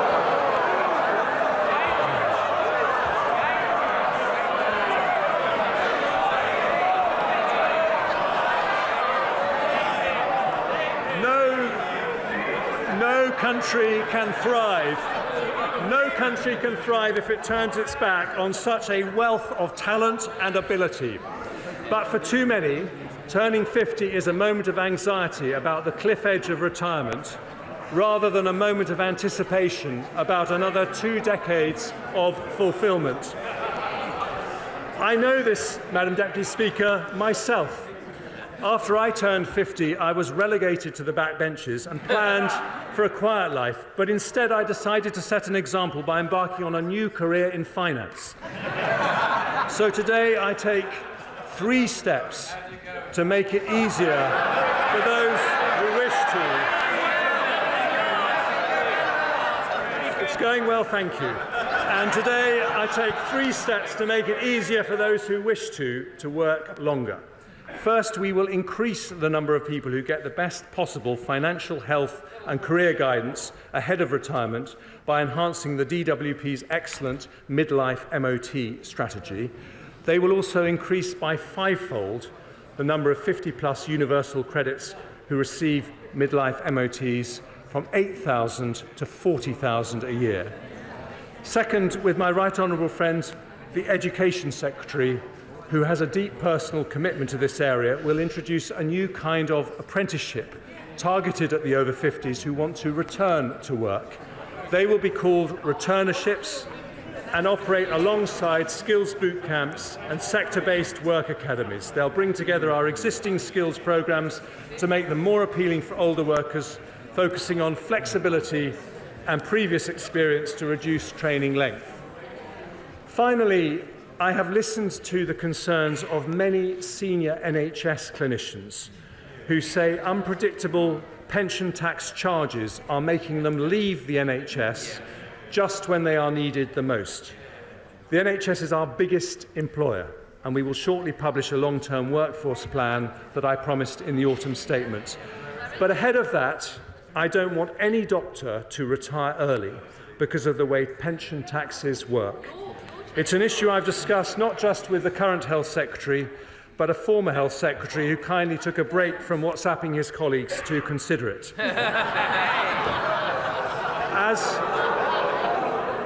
As Chancellor, I have realised the issue goes wider than doctors. No one should be pushed out of the workforce for tax reasons.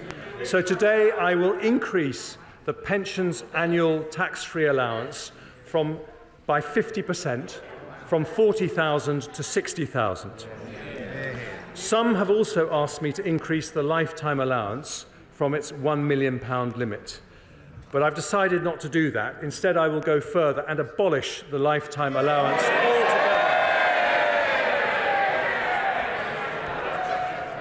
It is a pension tax reform that will stop over 80% of NHS doctors from receiving a tax charge, incentivise our most experienced and productive workers to stay in work for longer, and simplify our tax system, taking thousands of people out of the complexity. Order. Just because the Chancellor of the Exchequer is either unpopular or popular, we still have to keep the noise down because we still have to hear what he has to say. He has more to say. Chancellor of the Exchequer. Thank you, Madam Deputy Speaker. This is a comprehensive plan to remove the barriers to work facing those on benefits, those with health conditions and older workers. That is the E of the employment pillar of today's growth budget. Which brings me to the final pillar of our growth plan. After employment, enterprise and everywhere, I turn to the E of education. Over more than a decade, this Conservative government has driven improvement in our education system. We've risen by nearly 10 places in the international league tables for English and maths since 2015 alone. In the autumn statement, I built on this programme with an extra £2.3 billion annual investment to our schools. We're reviewing our approach to skills with Sir Michael Barber. We set out our plans to transform lifelong learning with a new lifelong loan entitlement. And my right honourable friend, the Prime Minister, announced plans to make maths compulsory till 18. But today I want to address an issue in our education system that is bad for children and damaging for the economy. It's an issue that starts even before a child enters the gates of a school. Today I want to reform our childcare system. We have one of the most expensive systems in the world. Almost half of non-working mothers say they would prefer to work if they could arrange suitable childcare. For many women, a career break becomes a career end. Our female participation rate is higher than average for OECD economies, but we trail top performers like Denmark and the Netherlands. If we match Dutch levels of participation, there would be more than 1 million additional women working. And we can do that. So today I announce a series of reforms that start that journey. I begin with the supply of childcare. We've seen a significant decline in childminders over recent years, down 9% in England in just 1 year. But childminders are a vital way to deliver affordable and flexible care, and we need more of them. So I've listened to representations from my honourable friend from Stroud, and decided to address this by piloting incentive payments of £600 for childminders who sign up to the profession, rising to £1,200 for those who join through an agency. I've also heard many concerns about cost pressures facing the sector. We know this is making it hard to hire staff and raising prices for parents. with around 2/3 of childcare providers increasing fees last year alone. So we'll increase the funding paid to nurseries providing free childcare under the Hours offer by £204 million from this September, rising to £288 million next year. That's an average of a 30% increase in the 2-year-old rate this year, just as the sector has requested. I will also offer providers more flexibility in how they operate in line with other parts of the UK. So alongside that additional funding, we will change minimum staff-to-child ratios from 1:4 to 1:5 for 2-year-olds in England, as happens in Scotland, although the new ratios will remain optional with no obligation on either childminders or parents to adopt them. I want to help the 700,000 parents on universal credit who, until the reforms I announced today, had limited requirements to look for work. Many remain out of work because they cannot afford the upfront payment necessary to access subsidised childcare. So for any parents who are moving into work or want to increase their hours, we will pay the childcare costs up front.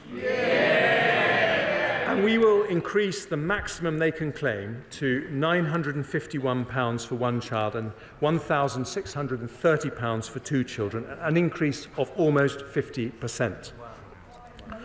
I turn now to parents of school-age children who often face barriers to working because of the limited availability of wraparound care. 1/3 of primary schools do not offer childcare at both ends of the school day, even though for many people a job requires it to be available before and after school. To address this, we'll fund schools and local authorities to increase the supply of wraparound care so all school-age parents can drop their children off between 8 a.m. and 6 p.m. And our ambition is that all schools will start to offer a full wraparound offer, either on their own or in partnership with other schools, by September 2026. Madam Deputy Speaker, today's childcare reforms will increase the availability of childcare, reduce costs and increase the number of parents able to use it. Taken together with earlier Conservative reforms, they amount to the most significant improvements to childcare provision in a decade. But if we really want to remove the barriers to work, we need to go further for parents who have a child under 3. For them, childcare remains just too expensive. In 2010, there was barely any free childcare for under 5s. A Conservative-led government changed that with free childcare for 3- and 4-year-olds in England. It was a landmark reform, but not a complete one. I don't want any parent with a child under 5 to be prevented from working if they want to, because it's damaging to our economy and unfair mainly to women.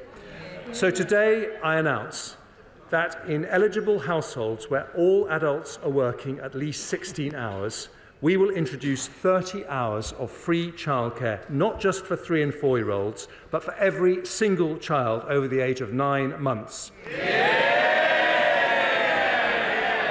The 30-hour offer will now start from the moment maternity or paternity leave ends. It's a package worth, on average, £6,500 every year for a family with a 2-year-old child using 35 hours of childcare every week and reduces their childcare costs by nearly 60%.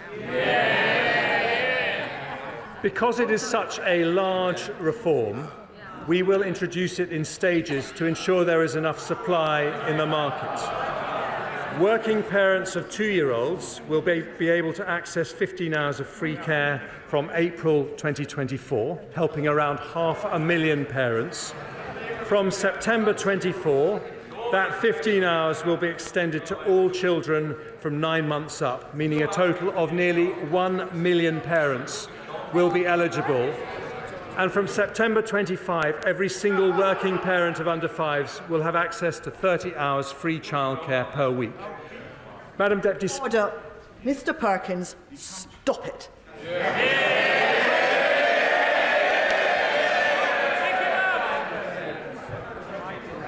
Madam Deputy Speaker, today we complete a landmark Conservative reform. We help the economy, transform the lives of thousands of women and build a childcare system comparable to the best. A major early years reform for our education system, the E of education alongside the 3 other pillars of our growth plan: enterprise, employment and everywhere. So, Madam Deputy Speaker, in November we delivered stability. Today it's growth. We tackle the 2 biggest barriers that stop businesses growing: investment incentives and labour supply. The best investment incentives in Europe, the biggest ever employment package, for disabled people more help, for older people barriers removed, for families feeling the pinch, fuel duty frozen, beer duty cut, energy bills capped, and for parents 30 hours of free childcare for all under 5s. Today we build for the future, with inflation down, debt falling and growth up. The declinists are wrong and the optimists are right. We stick to the plan because the plan is working, and I commend this statement to the House.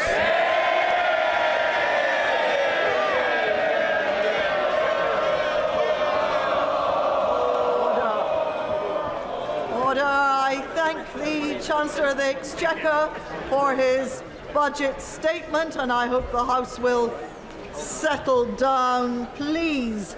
Under Standing Order number 51, the first motion entitled, certainly the bad behaviour is now on this side of the House. I think a little bit of decorum, please, while we go through the necessary parts of the procedure. Under Standing Order number 51, the first motion entitled Provisional Collection of Taxes must be decided without debate. Will the Chancellor of the Exchequer please move formally? Chancellor, well, somebody just say formally. Thank you, Chancellor. I'm just putting your motions. The question is that, pursuant to Section 5 of the Provisional Collection of Taxes Act 1968, provisional statutory effect shall be given to the following motions. A. Stamp duty land tax transaction funded with the assistance of a subsidy, motion number 39. B. Fuel duties accepted machines, motion number 44. C. Rates of tobacco products duty, motion number 46. D. Late payment interest value added tax, motion number 57. E. Charities value added tax, etc. Motion number 65. As many as are of that opinion, say aye. Aye. Of the contrary, no. I think the ayes have it. The ayes have it. Let us now consider the motion entitled Income Tax Charge, for it's on this motion that the debate will take place today and on the succeeding days. The questions on this motion and on the remaining motions will be put at the end of the budget debate on Tuesday, the 21st of March. So I call the Chancellor of the Exchequer to move the motion formally. Move formally. The question is that income tax is charged for the tax year 2023 to 24. And it is declared that it is expedient in the public interest that this resolution should have statutory effect under the provisions of the Provisional Collection of Taxes Act 1968. And now, I call the Leader of the Opposition. Thank you, Madam Deputy Speaker. And can I say it's good to see you back in the chair? It's looking radiant. So, for all the hype, a budget for growth that downgrades the growth forecast. His opening boast was that things aren't quite as bad now as they were in October last year after the kamikaze budget. And the more that he pretends everything is fine, the more he shows just how out of touch they are. After 13 years of his government, our economy needed major surgery. But like millions across our country, this budget leaves us stuck in the waiting room with only a sticking plaster to hand. A country set on a path of managed decline, falling behind our competitors, the sick man of Europe once again. This was a day for ambition, for bringing us together with purpose and intent, for unlocking the pride that is in every community, matching their belief in the possibilities of the future. But, Madam Deputy Speaker, after today, we know the Tory cupboard is as bare as the salad aisle in our supermarket. The lettuces may be out, but the turnips are in. A hopelessly divided party caught between a rock of decline and a hard place of their own economic recklessness, dressing up stagnation as stability as their expiry date looms ever closer. And the figures published today spell it out. A year of stagnation, growth non-existent. According to the IMF, the worst performing country in the G7 this year. A prediction today confirmed by the OBR, and growth downgraded in years to come. This is a failure you can measure not just in the figures, but in the empty pockets of working people right across the country. 13 years without wage growth. 13 years no better off. 13 years stuck in a doom loop of lower growth, higher taxes and broken public services. Madam Speaker, our OBR makes clear today things don't look any better in the long run. No. A broken labour market holding back our prospects. 7 million on the NHS waiting lists. Ill health and disability on the rise. And the consequences, as we've just heard, deferred to the future. The classic short-term sticking plaster cycle. Decisions cynically ducked today, pain for working people tomorrow. It doesn't have to be like this. Britain has enormous potential. On science, innovation, technology, we should be leading, not lagging. We need an industrial strategy that removes barriers to investment. And the announcements today are nowhere near the mark. The lowest investment in the G7. That's their record. All our competitors know this. They're gearing up for an almighty race for the opportunities of tomorrow. And we've got to be on the start line, not back in the changing room, tying our laces. Now, he mentioned the war in Ukraine. And of course, on this side of the House, we stand with Ukraine and we stand with the government's response to Putin's brutality. We'll look carefully at the details of the military spending announced and we will support them. But what we cannot accept is the use of the war as a blanket excuse for failure. Our economy has weak foundation. Global crisis hit Britain more than other countries. Wages in this country are lower now in real terms than they were 13 years ago. The average French family is a tenth richer. The average German family a fifth richer. Countries which face the same pandemic, countries which face the same war. And the war didn't ban onshore wind. The war didn't scrap our home insulation scheme. The war didn't run down our gas storage facilities. They did. Decisions which hurt working people battling the cost of living crisis right now. It's been the same story for the whole 13 years. Always the sticking plaster, never the cure, and today's budget does nothing to change that. Again, we see a failure to grip the long-term challenges. Order. People shouldn't just be speaking while the Leader of the Opposition is delivering his response. They should be listening.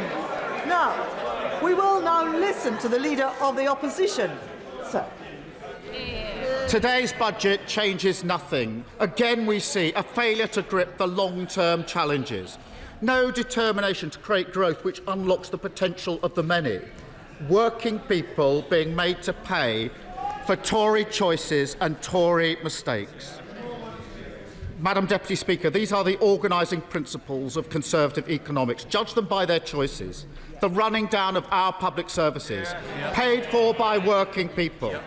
The disaster of the Tory mortgage premium, paid for by working people. The opportunities still missed for a proper windfall tax, paid for by working people. That's what makes the Chancellor's boast about lower inflation so ridiculous. The idea that it's a tax cut. British people can see through that. They see their tax burden at its highest level for 70 years. And they know it's not the government that's lowering inflation, it's working people, earning less, enjoying less. It's their sacrifice that is helping to bring inflation down. And they deserve better than another cheap trick from the government of gimmicks, making them pay whilst trying to claim the credit. And even with the price guarantee, the average energy bill has doubled in 18 months. Because of their recklessness, the average mortgage payment is up £2,000 a year, a massive hit to living standards, however they cook the books. And yet, still, no real ambition on industrial strategy. No real ambition on the clean energy that will give us cheaper bills. No real ambition on house building. The same old Tory choices. Sticking plaster politics, no growth for the many, working people pay. And let's turn to his policies on the cost of living. Madam Deputy Speaker, I say his policies because there's a history to this, a pattern. Over the course of the whole cost of living crisis, time and again, it's Labour who bring the government not just to its senses, but to our position. Who first pushed for the energy price guarantee? Labour. Who first called for a proper windfall tax? Labour. Who first stood by people on prepayment meters? Labour. And who first said we should freeze the price guarantee this April? Labour. And we can go on, because it's also Labour that first committed to extending the fuel duty cut, a policy that in January he dismissed as part of a dossier that he published. So, for one poor soul in their research team at least, this really is a back-to-work budget. And a word of advice for the Chancellor as he promotes this policy in coming days. Use your own car, and for heaven's sake, make sure you know how to use a debit card. And I look forward to the Prime Minister promoting the swimming pools policy. Unlike the car, he won't have to borrow one of those.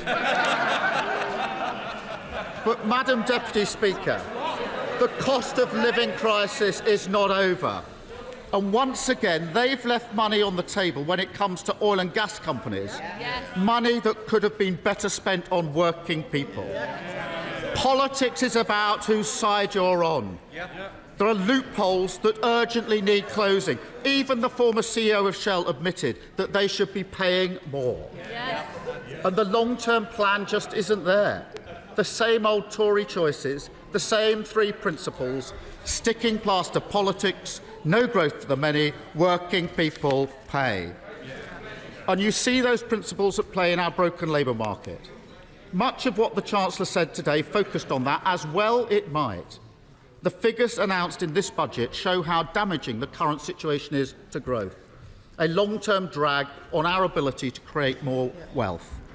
Our inactivity levels are particularly shocking, up 500,000 since the pandemic, the worst jobs recovery since the G7, people unable to work because of ill health more than ever before. Now, we will look at what the Chancellor's announced today, because on these benches we've long called for reform of the work capability assessment, for a welfare system that supports people with disabilities and long-term health conditions to thrive at work. The universal credit system must help people into employment, and childcare is a huge barrier to that. We've made the case for reform. But on childcare, of course, more money in the system is obviously a good thing.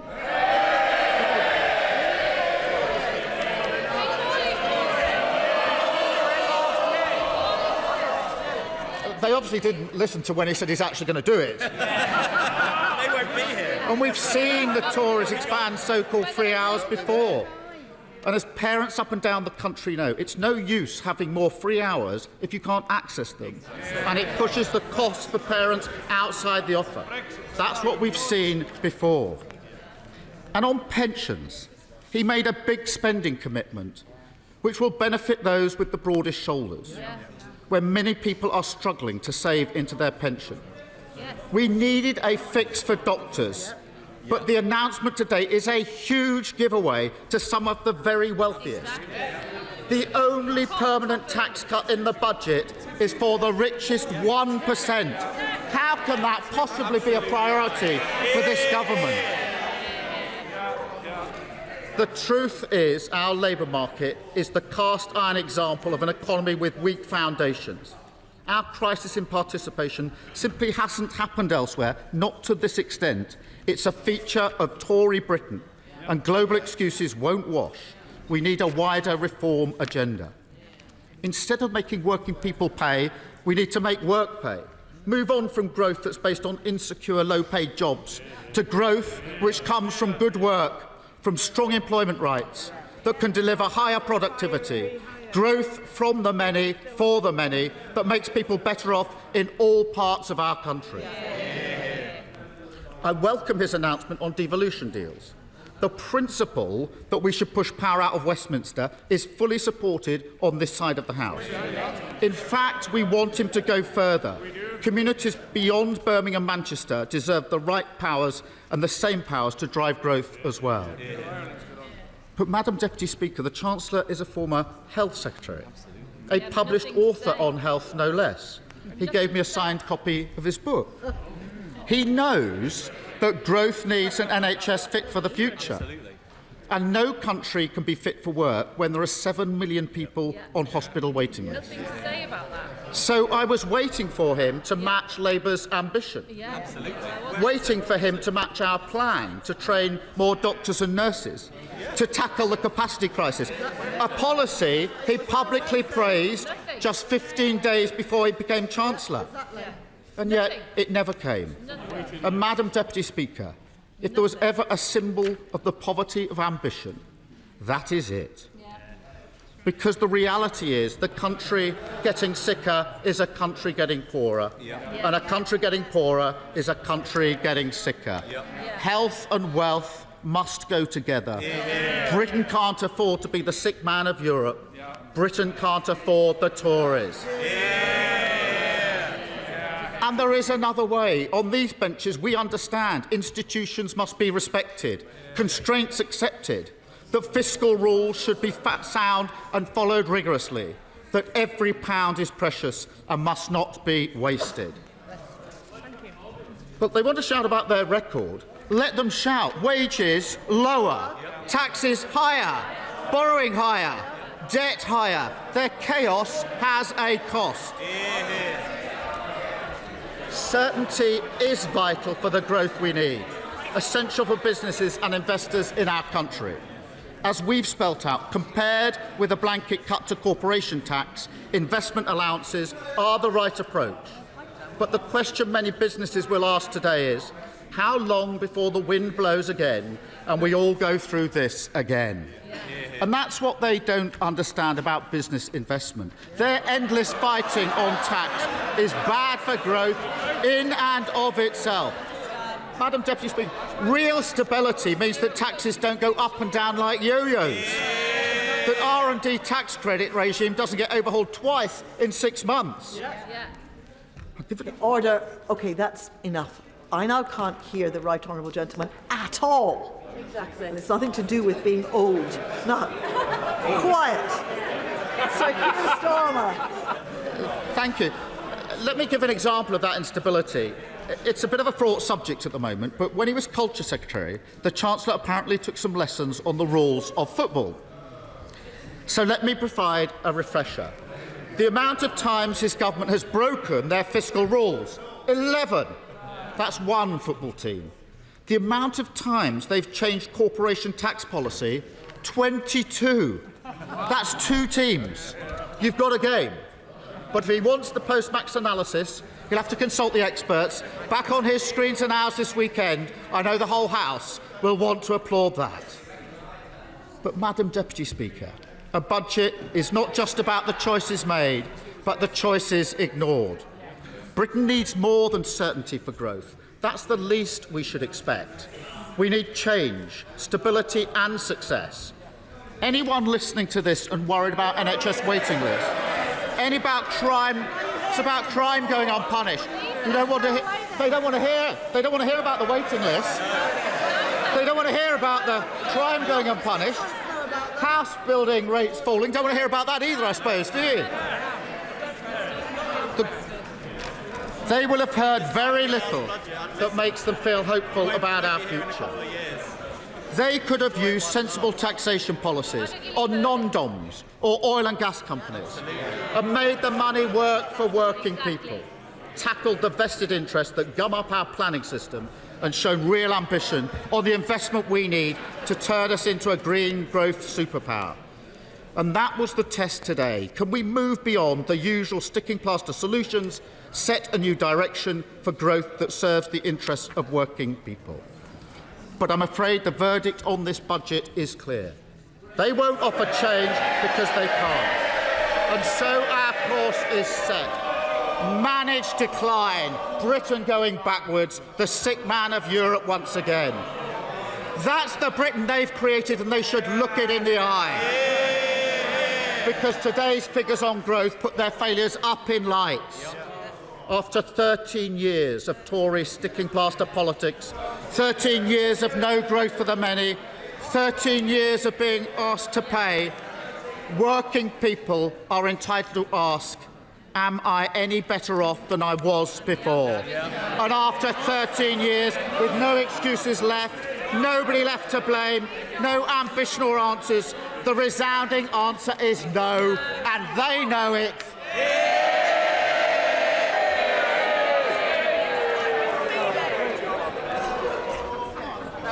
Right, now we'll just have things like just settle down a bit now, please. And if people are leaving, let's do so quickly and quietly, just out of consideration for everyone else who is still taking part in the debate. Before I come on, get a move on. Before I come to the chairman of the Treasury Select Committee, Harriet Baldwin. Thank you very much, Madam Deputy Speaker, and wonderful to have you back in the chamber today. After that torrent of socialist declinism from the opposition, I want to start by saying how lucky we are to have a lucky Chancellor. He has been lucky this winter because the weather has been a lot warmer than when he stood here in November, and as a result, the price of energy has come down. But he has also made some of his own luck, Madam Deputy Speaker, because thanks to the steps that he took, the financial markets have stabilised and he has had to pay less in interest than he was expecting to, about £4 billion. It is actually quite hard to believe that this is the first actual official budget that we've had in this chamber since October 2021. A lot of things have changed since the last time we had a budget. Our world-leading NHS vaccination rollout has ended the severe contagion of the pandemic, but Putin's evil and illegal invasion of Ukraine has sparked the worst inflation for 40 years. The challenges those events have placed on the public finances have been extraordinary, and the spending can't all be borrowed and passed on to the next generation. And that's why I welcome the news today from the Chancellor that he's forecasting 3% lower debt in years to come. Yeah. Our committee, the Treasury Committee, welcomes the fact that the budget is accompanied by forecasts from the Office for Budget Responsibility. We think that it's important that that stands alongside a budget. It's a key part of the independent framework for chancellors, and we will be taking evidence from them next week on the underlying assumptions behind their forecasts. Because what has changed most perniciously since the last budget in October 2021 is inflation. It was only just beginning to rear its ugly head in October 2021. And as a member of the Treasury Committee throughout this entire period, I've been like Cassandra in highlighting some of the inflationary risks that we faced. Far from being transitory, as the Independent Bank of England hoped, inflation has become quite deeply embedded in the UK economy, in wage inflation and in expectations. And that's why I welcome the news today that the Office for Budget Responsibility is expecting that by the end of this year, inflation will be back down to 2.9% again. Because inflation is the worst tax that we have on our economy. It is a tax paid particularly by the very poorest, who spend the highest proportion of their incomes on food and energy. And so the Chancellor must not hear the siren voices urging him to increase or to abandon the inflation target that he gives to the Independent Bank of England. The top priority for our economy this year must be to at least halve inflation. It's to be welcomed that in his budget today, the Chancellor has tried to focus on measures that help to achieve that inflation target. The extension of the fuel duty freeze and the cap on household energy costs will all help to keep inflation lower by almost 1%, lower than it would have been. And these may not feel like giveaways, but they do cost money against the do-nothing counterfactual option. So it's good to see that they're being implemented because of better public finances, and that these tax cuts can be seen as consistent with the government's second priority of reducing debt. In our recent Treasury Committee report, we called on the Chancellor to think again about the fiction that lies behind fuel duty forecasts. Every year they get embedded in the fiscal outlook, and every year Chancellors realise that it's not an ideal time to raise fuel duty. I welcome the fact that the fuel duty cut has been extended for another year, and that once again the fiction has not been followed through into reality. But I do think we need to think long and hard about why a tax that is inflationary, that harms growth, and is heading the way of the dodo as we all move to electric cars, is still in the forecast numbers. The third economic policy of growing the economy in a non-inflationary way will involve all of us working more productively. And the Stride Review, named after my illustrious predecessor, has rightly focused on this key question. And I think there were many measures that we can all see will be very helpful that were announced in today's budget. Because with over 1 million job vacancies in our economy, we are still, as a country, working fewer hours than we were before the pandemic. And unlocking that human and economic potential is key to strong, productive, non-inflationary growth.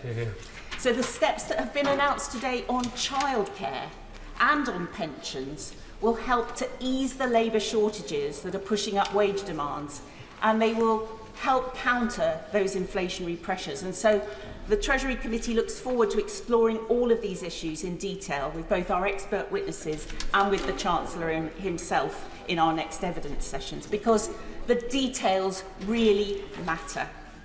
The Treasury Committee has highlighted the new benefit cliff edges that my right honourable friend introduced last November, when he announced that next winter only low-paid households will receive the £900 help with their cost of living. We asked for it to be spread into 6 instalments to reduce the risk of cliff edges. And we're sorry to hear that a somewhat clunky computer system means that there will be 3 instalments instead, because we worry that if you lose your job one day just after the qualifying date, you will miss out on a lot of help. And there are still cliff edges, taper rates and disincentives to work galore in our benefit and tax system, whether it's around free school meals, help with the childcare limits, child benefit tapers, tax-free childcare cliff edges, the withdrawal of the tax-free allowance, and the very welcome measures today announced on all those fronts, and with the pension cap abolition, will all be studied in detail by the committee. We're planning to work closely with our colleagues on the Work and Pensions Committee to find recommendations to smooth some of these cliff edges and distortions. And the Chancellor can see how these work as disincentives to adding more hours, and every hour of work should pay. I think that we've made huge progress towards that today. I think at any stage in life and at any age, you should be rewarded more the more you work. Speaking Briefly, as a constituency MP, Madam Deputy Speaker, I just want to welcome the help for swimming pools, for our pubs, for levelling up with Malvern theatres, and for our childcare providers and our nurseries. I think there's a lot of very good news for them today. The Chancellor's had some luck since November, Madam Deputy Speaker. He's shared that luck with UK households today. He has a clear intention to bring down inflation, to grow the economy and to reduce debt. May good luck continue to follow him, and may the extra billions of pounds of expense that he's scoring for the defence budget help our Ukrainian friends have good luck and to beat back the Russian invader. Slava Ukraini. Spokesman for the Scottish National Party, Stuart Hosey. Thank you very much, Madam Deputy Speaker. I thought the chair of the Select Committee was about to launch a ship with that peroration at the end. If I may make a couple of small observations before I start. The Chancellor mentioned Nigel Lawson and his deregulation budgets in the past, and he spoke about the resolution of Silicon Valley Bank. I hope this government learned the right lessons from those episodes and indeed from the 2008-9 crash. Do not weaken regulation. Do not weaken Tier 1 capital. Do not return the banking system into risk. Can I also say I was intrigued by many of the things he said about reducing economic inactivity. I'm sure some of the measures may well work. I think to add more and brutal sanctions to universal credit claimants was probably rather unconscionable given everything else which is going on. He did seem to give the impression of broad, sunlit uplands, and there were lots of cheering and waving of order papers at the end. What the Chancellor actually described, though, it was a UK economy which has gone from the most robust in the G7 to one of the weakest. A UK economy where Brexit slammed the brake on UK investment. A UK whose performance deteriorated after the Brexit referendum, both in absolute and relative terms. A country which unilaterally imposed trade barriers with its nearest neighbours. And a country, the only one in the G7, where the economy has not returned to its pre-pandemic level. Now, one could make a case to say that was not all the fault of the government, but many of the difficulties were, and many were caused by the disastrous fiscal loosening by his predecessor, the Right Honourable Member for Spelthorne. And we can see the problem the economy faces through the prism of debt interest. He's right in terms of what he said compared to last November 4 months ago. But year on year, the debt interest payments are 30, 40, 50, 60 billion pounds higher than they were a year ago. And for ordinary people, working people, the OBR confirmed in November, real household disposable income remains below the 2019-20 level and will do for the next 4 or 5 years. And I'm seeing nothing in the Red Book and the OBR forecast in the last few minutes that would change my mind about that assessment in November. So I think we had every right today to expect this budget would begin to address more of the long-term issues the economy faces and action to tackle some of the cost burdens on ordinary people. And these long-term issues were addressed by both the CBI and the TUC in their submissions to this budget. On growth, the CBI said the UK economy continues to face global and domestic headwinds with the prospect of several more years of low growth. The TUC said the government is arguing once more that the state of the public finances is a reason to restrict economic growth, flying in the face of evidence to the contrary. On productivity, the CBI noted Britain has experienced 15 years of low growth and flatlining productivity. The TUC called to get productivity rising by rebooting the skills system.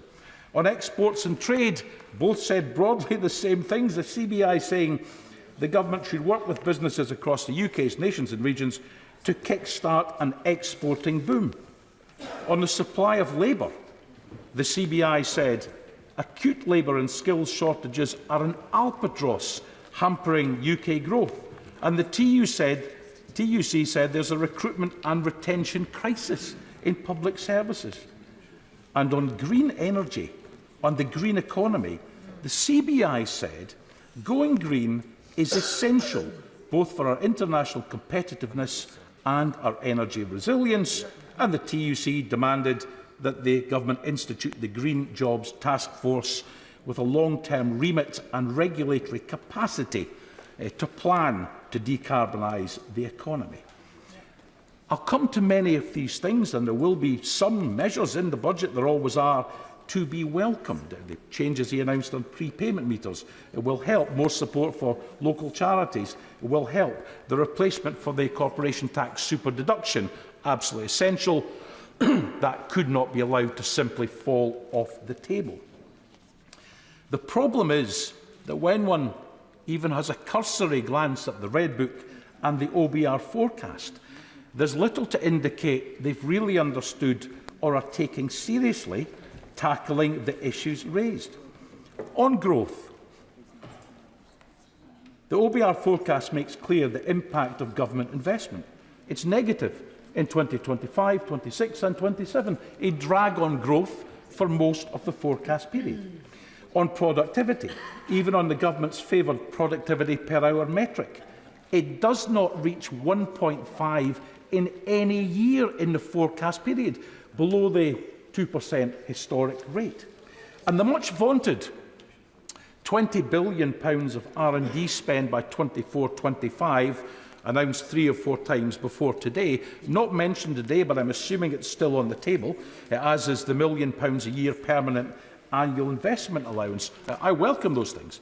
The problem is with inflation the way we've had it, and inflation forecast, those figures, that allowance, will not buy the £1 million a year or the £20 billion of R&D spend that it was originally anticipated to do. On exports, trade and the balance of payments, the current account balance remains negative for the entire forecast period, and being outside the EU single market remains a drag on the ability of firms to trade easily with our nearest neighbours. On the supply of labour, and the Chancellor, to be fair, did speak a lot about this, employment is forecast to rise, but that will barely dent the labour and skills shortages throughout the economy.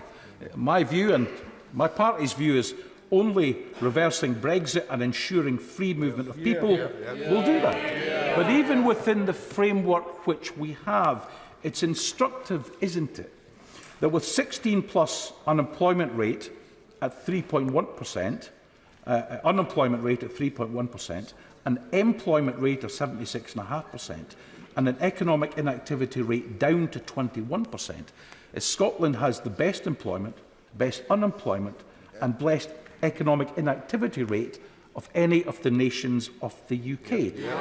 It demonstrates rather clearly that a competent and compassionate SNP government can deliver on employment where the UK government is failing. And on going green, again, the Chancellor made great merit of this. There were some interesting things said. The £1 billion a year investment or so in carbon capture and storage, to be welcomed, but we will look very carefully to see where it's spent. There was no mention, for example, of the Acorn project in Peterhead, a project, of course, that had £1 billion of funding pooled almost a decade ago. But he did mention small modular reactors, nuclear power, which, of course, is at the heart of the government's energy policy. I think it's useful, given this is now back on the agenda, that we look at the economics of this. The primary, and on SMR, before I moved on, remember, this is pipe dream stuff. There's not a single small modular reactor design which has even been licensed for use.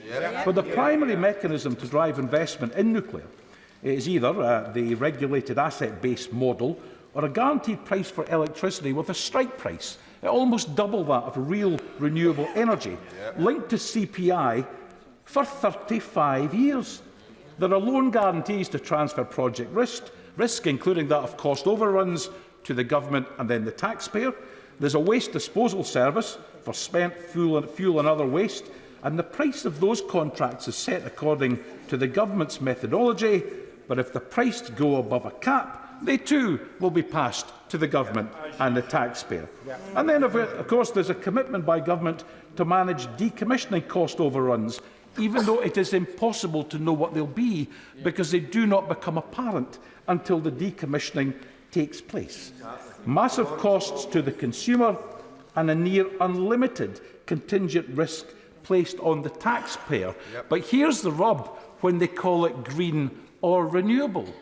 Allowing 1 or 2 generations to buy expensive, overpriced nuclear energy, nuclear electricity, and then forcing the next 50 generations to decommission, store and guard toxic nuclear waste is not green. Now, you will recall, I'm sure, Madam Deputy Speaker, that the government introduced their new fiscal charter last year. Net debt to fall as a share of GDP in the 5th year of a rolling programme, and public sector net borrowing not to exceed 3% of GDP in the same year. Now, when the OBR reported in the autumn, those targets were due to be met in 27-28. 0.3%, 0.6%, 9.5 billion and 18.6 billion, if my memory serves. Now, they're forecast today still to be met. Interesting, though, the net debt measure is now showing a margin of only 0.2%. What this does tell us, though, because the debt figure is different, is that there's probably a little more headroom than anticipated only 4 months ago. So the expectation should have been that the Treasury did more to tackle domestic and business energy costs, particularly for SMEs, that it continued to act to squeeze inflation down where it had the power to do so, and that it ensures things within its control, public sector pay, the minimum wage, the state pension, social security rises, as they did in November, do not leave people any worse off. Because if they do not do that into the future, then energy price hikes, inflation, weak pay rises will continue to erode people's standard of living. And we certainly know from the November OBR forecast, inflation was set to peak at a 40-year high, and that wages and living standards were still set to be squeezed by around 7%, wiping out all of the growth from the past 8 years. What do we know today that we didn't know then? Telecoms prices due to rise. BT are putting their costs up 15% at the end of this month.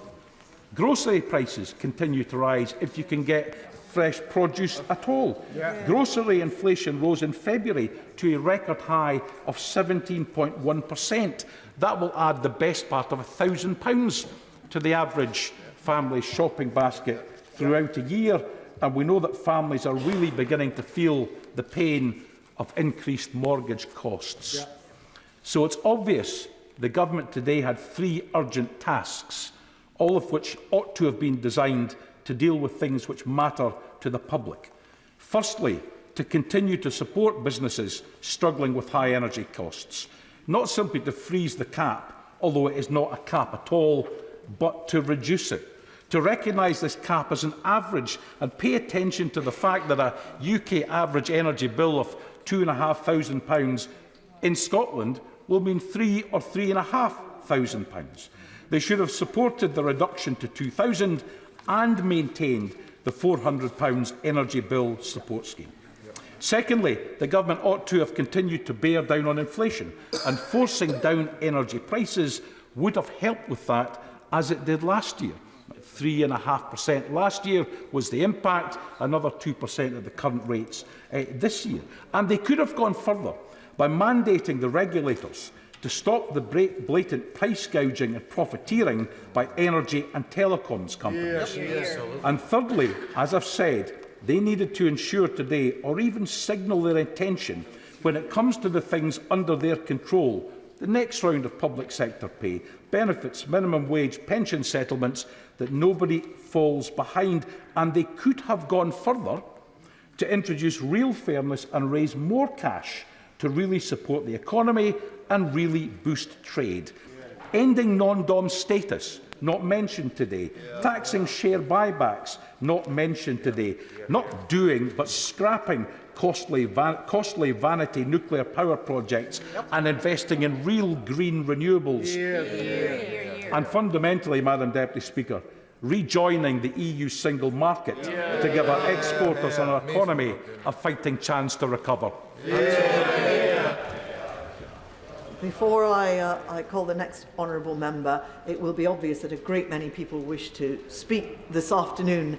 I would prefer not to have to put a time limit on, and we'll manage without a time limit if everybody sticks to around 7 minutes. You can say a lot in 7 minutes, but if we can't manage to have a self-imposed rule, then we will put on a time limit. Priti Patel. Thank you, Madam Deputy Speaker. May I open my remarks, Madam Deputy Speaker, by welcoming you back to the chair and say how wonderful it is to hear you as well as see you today in robust form. Now, Madam Deputy Speaker, as a former Treasury Minister, I understand the challenges that my right honourable friend the Chancellor and his Treasury colleagues and all the officials have been confronted with and faced with, and the lobbying, the relentless lobbying from the backbenches as well, that they have faced in putting this important budget together. And I do actually want to pay tribute to them all, and to my right honourable friend the Chancellor in particular. That work and the work that takes place in balancing the different and contrasting interests and representations received is difficult and it is challenging. And of course, no budget will please everyone. There's no doubt about that. And there are always more demands for more resources, more simplicity, and I could read off a list, but I'm not just going to do that right now. But importantly, the key tests for any budget are whether it ensures that there's a robust framework in place for sound money.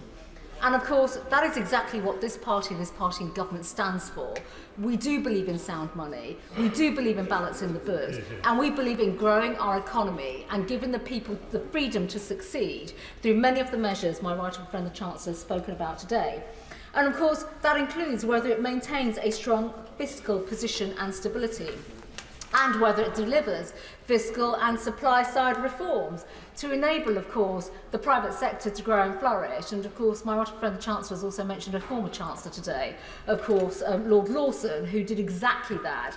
And those pillars are absolutely fundamental to the health and well-being and the integrity of any sound policy, whether it's fiscal or monetary, behind growing the economy, which then leads to supporting new jobs, creating wealth in our country to sustain public services. And I think on that point, I think we should all just dwell upon, that comment in relation to what the parties opposite are advocating, which would lead to greater instability and, I'm afraid, more debt. Without getting too party political at this early stage of my remarks.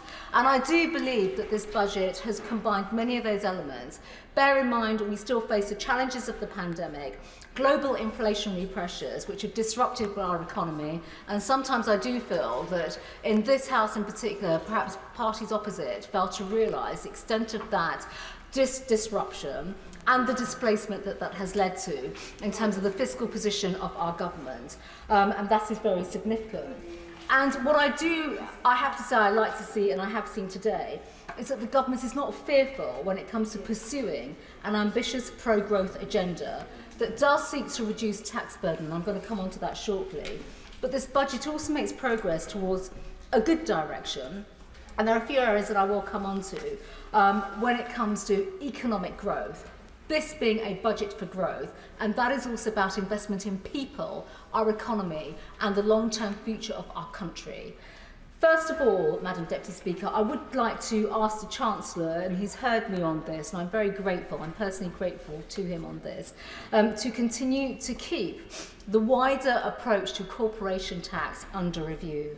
I've absolutely heard what the Chancellor has said today in terms of the tax incentives that are going to be put in place at £9 billion, which I understand will be tapered, depending on businesses and their level of investments. And I think there is an important message here that we all know. It's a message that maybe we have not spoken about enough. Many businesses, not all businesses, because it depends on their sizes, have been sitting on vast levels of investment that they've not had the confidence to actually release for investment purposes, and I have no doubt that today's measures will absolutely lead to that. But as an Essex MP, where we represent, the bulk of small and medium-sized businesses, they are the ones that we have to think of, and we must be putting out the hand of support to them in particular.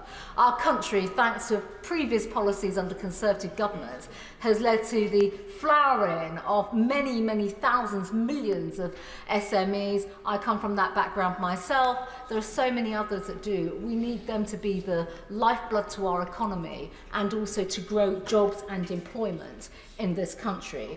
But of course, taxing on profits of businesses, the increase in corporation tax, the changes that have been brought in, will seem attractive, but obviously the devil will be in the detail, and of course we must continue to work through that. And there is nothing that we want to do in terms of frustrating business investment. We believe in growth, and that is absolutely why, and I was delighted to hear the Chancellor go back to 2010, actually, to remind this House and the country of what we faced back then, the struggles, the difficulties, but that became the start to the cuts in corporation tax to help businesses grow. And of course, that is effectively the overall direction of travel that was supported on this side, which the other side obviously had quite a different legacy.